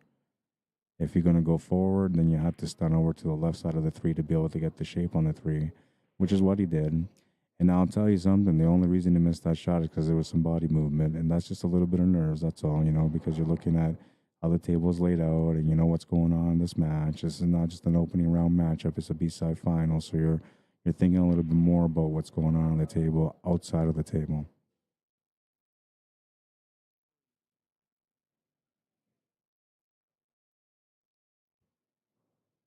So we'll see what they decide to do here. She's been very conservative so far when she has opportunities to play safeties. Right now, she's looking at just making this 8 ball. And there was a match earlier that we seen. Actually, no, it was this match, actually. Yeah, it was this match. Where we had something similar, but instead on the cut to the right, it was a cut on the left on the 8 ball. And that's the one where Paul ended up scratching the cue ball on the bottom right corner. So when you're looking at that shot and this shot, they're fairly similar. The results should be pretty close to the same. And so if they're aware of that, they're going to have to try to figure out how to be able to make the shot and avoid the scratch, which normally you might be playing this with like left-hand spin to be able to make the shot. That's going to give you the scratch angle. You have to play with right-hand spin, but that makes the shot a little bit more difficult, especially because the ball is slightly off the rail a little bit. You know, it makes it a little bit hard to be able to spin that cue ball into it. We'll see how they figure this out, how they work it out. She's really looking at her options here, though. You know what I kind of like, though, a little bit better than anything is maybe just taking the bang corner shot on the 8 ball, and then if you don't make it, you're going to block the pocket on the 3, the 5, and we'll see what they decide to do here. She's about to make a call. She's going to call a safety. And that's what I was saying a little bit earlier. Like, she's been conservative. When she sees an opportunity for a safety, she's taken it, and she's been pretty good at it. So we'll see how she does on this one. Well, that worked out good. That extra kiss actually worked out really good because had she not got that extra kiss on that cue ball, then it would have been something totally different for a leave. Now, what I like here, this is kind of a weird shot, but I'm going to tell you what I'm going to do. I'm going to take this four ball to the right side middle pocket here and take the cue ball all the way over to the left for the three ball. It's a two-way shot, okay? Because if you make this four ball and it goes to the side, you have position for the three. If you miss the four ball, you're going to leave a bank option or a cut option on the eight ball full table, which, makes it a little bit harder for your opponents, right? We'll see what she decides to do. You can just try to play safety here too, but I feel like if you're going to play safety, the only way you can really get a good safety here is if you try to go off the left cushion after making the four, and then trying to get to the bottom rail and get jammed up behind that three ball, which is going to be tough to do because it's all on its own. There's nothing around it. Lots of room for it to become open after the cue ball goes that way. So we'll see what she decides to do, but she's looking at her options right now. You could try to make this four ball in the bottom left corner too and just check off the rail and come across that way. That doesn't hurt either, It's up to you. Looks like she's looking at the three ball. Is she thinking of bank corner? I mean, if she leaves that three ball over that top left corner, she's not going to give him much options on the eight ball. All right, so she's giving him a chance at this eight ball, and it's fairly similar to that shot where Pablo made earlier that he scratched on the eight ball on. I feel like it's kind of that same line here. I look at the tangent line and I can see that if you make the shot, even with just straight tops, you're going to go off that top rail and come straight down towards that bottom right corner. You have to adjust excuse me.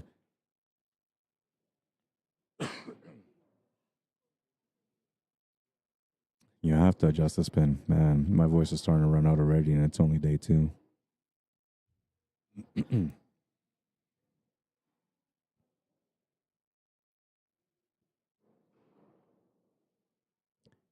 Try to avoid the scratch, and he just avoided the scratch, but they missed the eight ball. So here's a really good opportunity now for Pablo and Don to be able to get this rack under the belt. The five goes to the corner. The three goes to the bottom left corner. The four ball goes up to the top right corner too. So you got a couple of options here.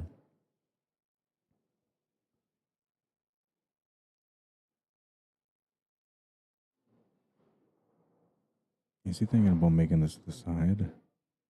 I guess that's okay too, But the shot did go to the corner. But I think what he was thinking about here is just trying to set up a nice and simple three ball so that way they got a nice, easy finish for the 4 and 8. But it looks to me like the shot is a little straight. So the best that she can do here is just stop the cue ball right there where it is, where the three ball is.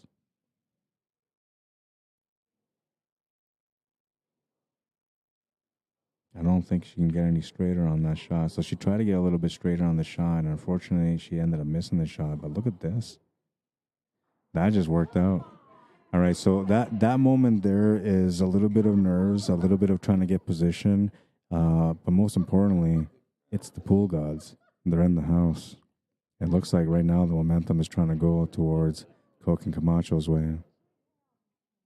I mean, look at this. The way this worked out, this is definitely the work of the pool gods.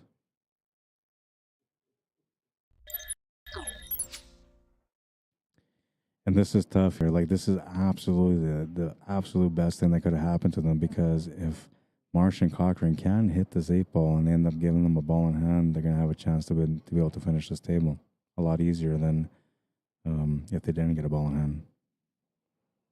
So here's the big shot coming up now. She has no choice to go for the win with a big kick shot on the 8.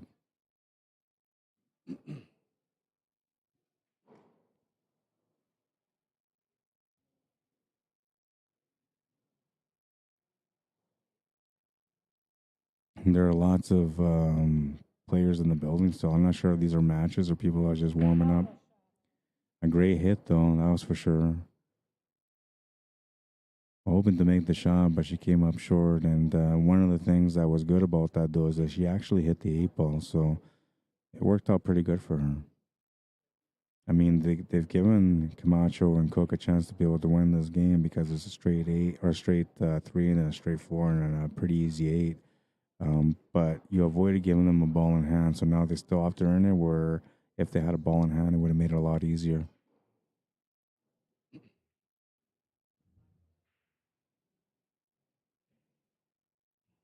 There we go, said Alicia. Jack Griffith, how you doing? And Lisa says, good leave. Diane Banks says, wow. Reese Lewis says, hope she don't scratch. All right, so Pablo made his shot. He's done his part right now on this one. Now it's up to Don to make this four ball to the corner next. No real pressure on this one except for just making the shot because the eight ball's available. All you gotta do is just kind of stop this or draw back a little bit, which I think most players play a draw on this one, and she should be okay here. Only way she won't be okay is if she tries to play like topspin on the shot, because then you may not get the easy eight that you're looking for. But I think she's gonna make the draw shot here on this one, and it doesn't have to be a big draw shot. You just have to basically stop the cue ball where the four ball is. But because you have a tangent line that's going forward and up, you have to put the draw to stop that, reverse it to be able to have the better shape on the eight ball. There's the draw. Oh, she's gonna miss the shot, but actually it worked out okay because she missed the shot and did not give her teammate a shot on the eight ball. And now this is the problem here is that they left just the eight ball. They left just the eight ball, so now it comes down to like a do or die for both teams, right? They're battling on the eight ball because that last solid went in. It makes this a little bit more stressful. If that solid had stayed up on the table, now you're not too worried about it, right? You just take that banger, you play it safe. But here, you feel like you have to go for the win.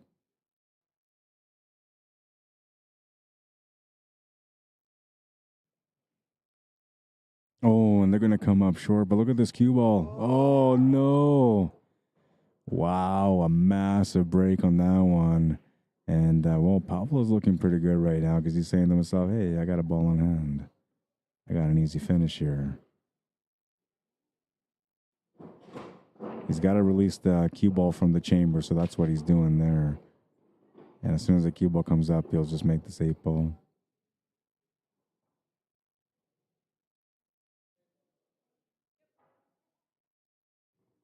Makes the eight. They're on the hill. So that rack that I was telling you about that was going to be 2 minutes ended up being like a 15-minute rack. You would have been waiting for like 15 minutes, man.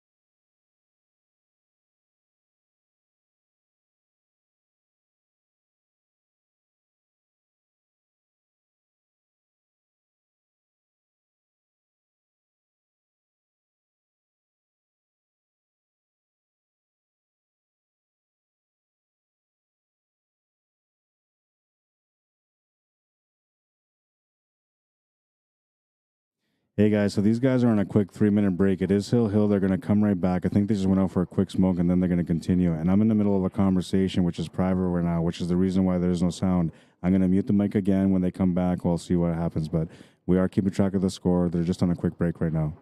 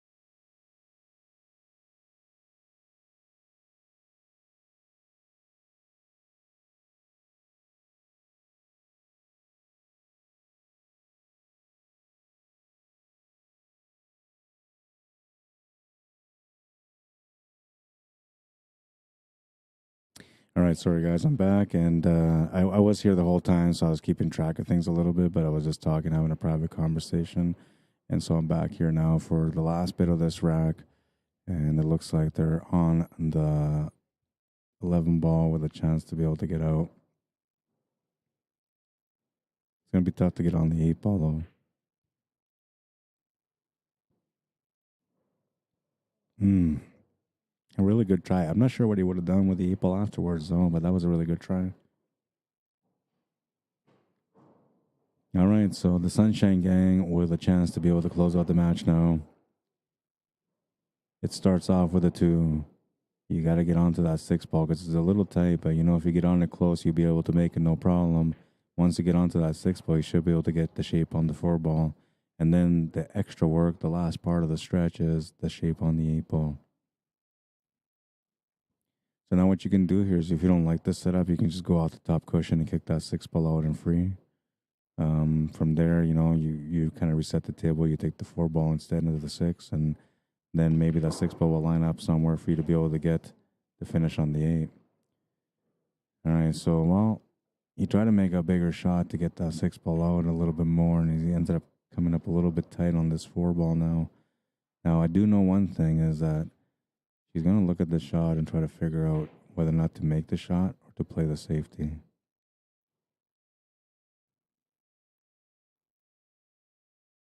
Now, because that 11 ball is so close to the pocket, it's tough to really make a safety, but you do have a lot of room for it if you try to get within that straight line of the bottom rail where that first diamond, where that middle diamond is on the bottom rail. If you can get the cue ball there, then you're going to have a better chance at this table to be able to come back on it. But if you end up going more to the right, or if you end up coming more to the left, you're going to leave an opportunity for your opponents to be able to finish the table.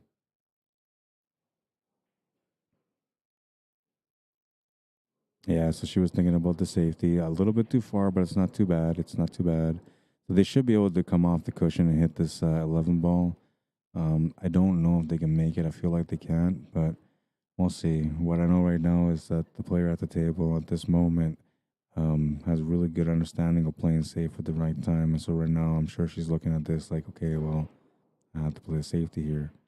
You might have to go for a walk at the top of the table to see at the options to see where you can leave the cue ball to leave it tough for your opponent. I think what you have to do here is you have to try to hit this and you try to get that cue ball to come over to be on a straight line with the 6 and the 4, leaving nothing but a combination to the bottom right corner. If you can do that, you put your opponent in the toughest spot they can be in. I'm going to call safety.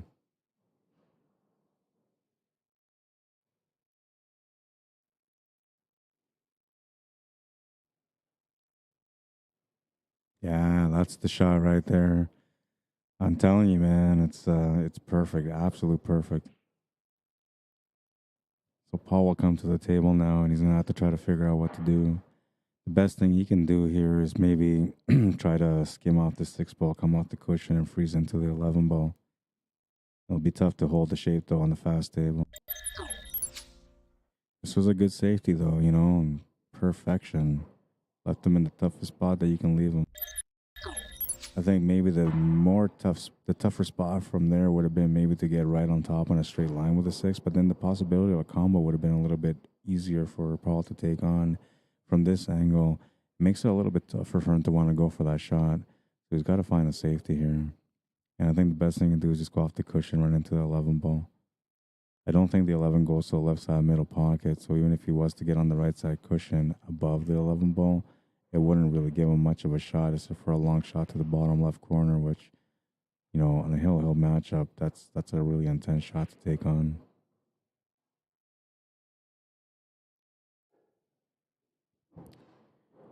Sorry for missing any comments and stuff. I've been away, and not really away, but I was talking. Looks like you guys were watching and you guys were entertained on your own anyway, so that's really good.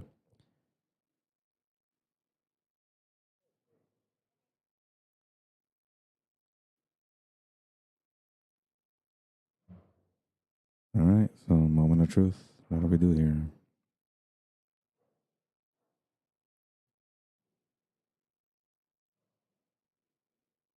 Great shot. Now the only problem here though is that it's an easier safety because the 6 and the 4 don't really have a pocket. The 4 has a little bit of the pocket, but I don't know. It's going to be tough for them to be able to um, get back on this table and win this game because of that 4 and 6 the way they are. Now he's obviously thinking about a safety shot here because there's no other option, and the only option he has is to push that 11 ball a little bit closer towards that 6 and 4. Just wants to be careful not to tie up anything here and just to not leave him much. So this is like not good. This is not good. He's giving him a shot on that 4 ball.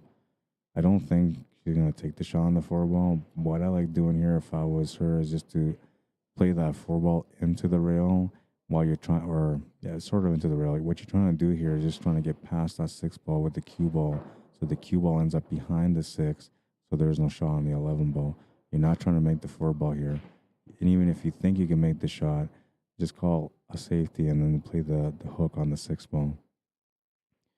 What you can see from this angle here, like the shot does go to the corner, right? But if you hit that 6 ball first, you're not going to make the shot and you're going to leave the shot on the 11 ball. So that's what I'm saying. The best case scenario here is just to play like almost like a bang shot with a miss, towards that corner pocket, leaving the hook on the 6. She's going to call the 4 ball though, so she's going to go all in on this shot. And we'll see if she can pull it off. You can see there's a little bit of gap from the shadows of the balls on the table, so she definitely has access to this 4, but she's got to make sure she doesn't run to that 6 ball first. Yeah, she ran to that 6 ball first, so that was going to be the tough thing. And now a chance here for Marsh and Cochran to be able to win this match. Just the 11 ball and the 8 left. The 11 ball is a challenging shot. For an advanced level player or master level player, this is a little bit easier. But these guys are playing in the standard division, so that means that, they don't have as much experience with these tough cuts. We'll see how she deals with it.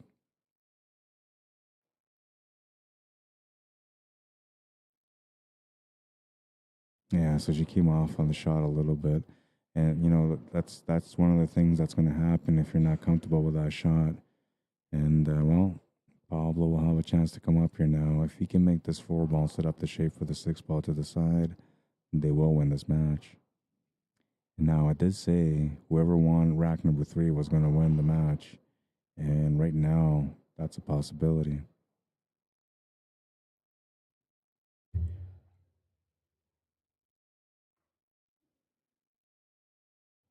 MARYANN's in the championship match. They had a crazy match, man. The entire match was just the best match I've ever watched so far. It was such a good match. Her opponent, GWEN, was like really good on her safety plays, her shot, her shot selection. Yeah, Advanced Masters. They played like pros. Yeah, it was fun. All right, so the moment of truth here now. There's always a moment of truth in every rank. This is his moment of truth right now.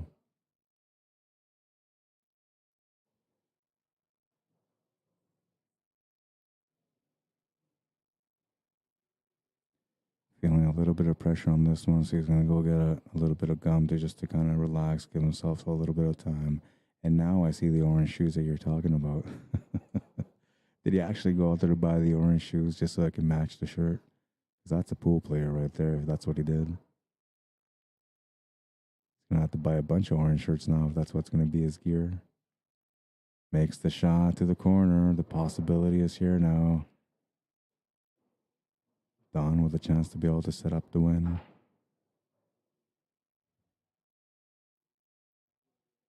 All she's got to do is just make the shot to the pocket. Doesn't have to worry about the shape. As long as the cue ball hits that side cushion and comes across a little bit, they'll have the 8 on the corner.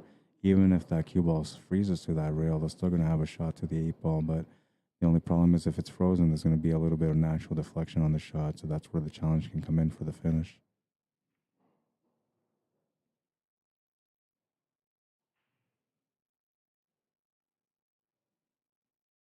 Oh no.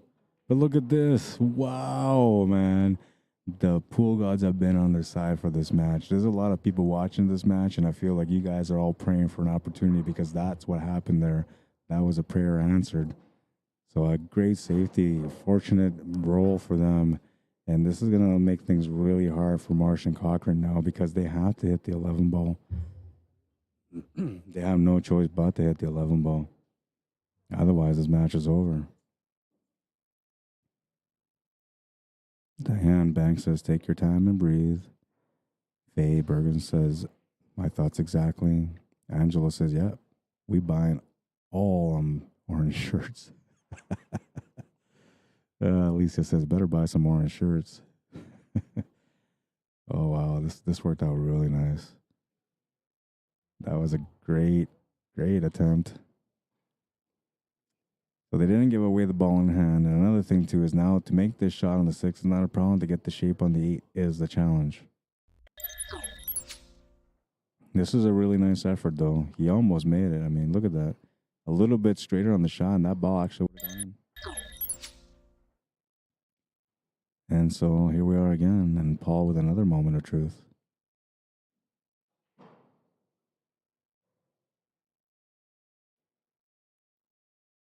There's no room for safety here anymore.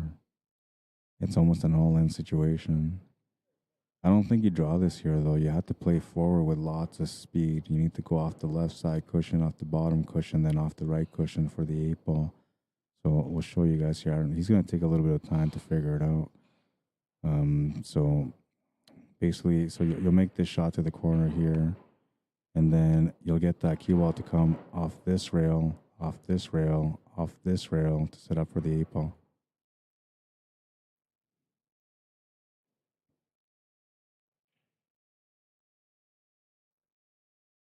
This is one of the shots that if you're not an advanced player, you may not see it. Now he's looking at this shot to the corner, and this is a little bit tougher of a shot, but if he hits it and he makes it, it's not going to help him because the cue ball should come off and leave a really hard 8 ball shot next. I actually like going around the 3 rails, like I said, a little bit better because it opens up an opportunity to be able to get the 8 ball, and the shot's a little bit more, it's a little bit easier than if you go the other way around, which is the way he's going. But if he puts a really good stroke on this one, he could come off the right cushion, off the bottom cushion, and off the left cushion back to the right, and then that could work. But when you're thinking about that and you have a tougher shot on top of it, there's extra things going on, which creates body movement. So we'll have to pay attention here to see whether or not he ends up getting some body movement on this or if he stays down on the shot. And look at that shot. What a shot. That was a shot right there. That's a money shot if I've ever seen one, man. And, well, here we go. Don's first moment of truth. Chance to be able to win the match for a teammate. All she's got to do is just keep calm, cool, and focused. But this is a long shot and a bit of a challenge.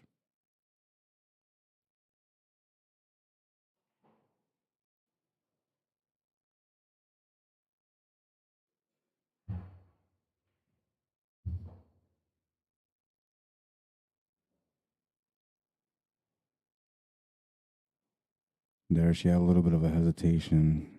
She should have stood up and reset. She's going to shoot through it. You can see it. You can see it. So a little bit, maybe a little bit of luck because of where the 8 ball is, but they should be able to get the shape on the 8. But you can see, like, when she was about to shoot, she stood up a little bit and then she went right back down. And what that was like there was a little bit of a thought, right? Whatever it was, like, this is for the win, or I'm going to win for my team. Everybody's watching. Whatever you're thinking at that moment. But she popped up a little bit, which tells me that there was a little bit of a thought in there.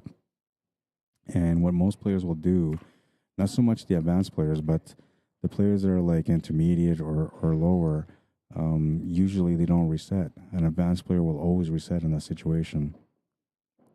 Look at this. Look at this. Oh, wow. It was going to be a bad situation. It looks like the 8 ball is available now for the easy 8. And Marsh and Cochran with a chance to win the match. They're going to call a ref on the shot. They're going to call the ref anyway. The ref's going to come. They're here for that, so, you know, they don't mind getting called. I mean, it's either they get called or they just keep watching the match.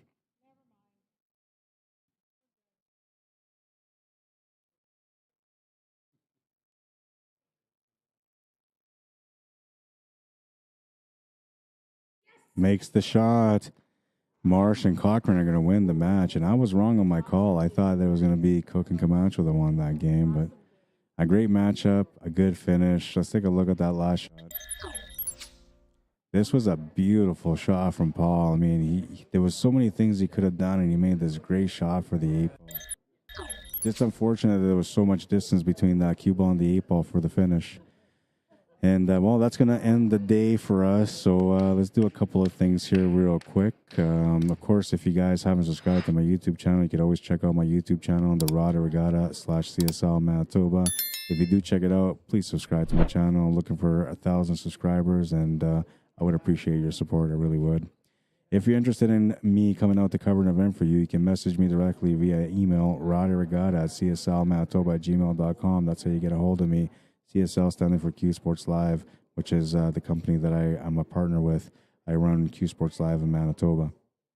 And if you want to support my work in any way, you can do so via PayPal or e-transfer at cslmanitoba@gmail.com.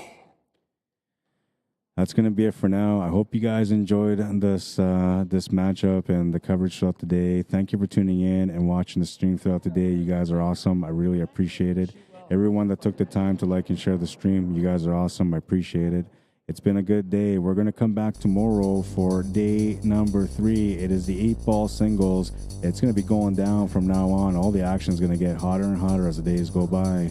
We're live here at Tropicana, Las Vegas for the American Cuesports ACS Acme 2023 ACS Nationals. Make sure you guys tune in to watch the stream tomorrow, and I promise you, you're not going to regret it. It's going to be exciting, lots of great action. You might even be able to catch me on TV table. I don't know. It might happen. We'll see. Anyways, thank you for tuning in, guys. I appreciate everything. If you guys want to follow me or add me on Facebook, you can as well. I will see you guys tomorrow. Get some rest, guys. It was a long night. We'll see you in the morning. Cheers. Have a good night, everyone.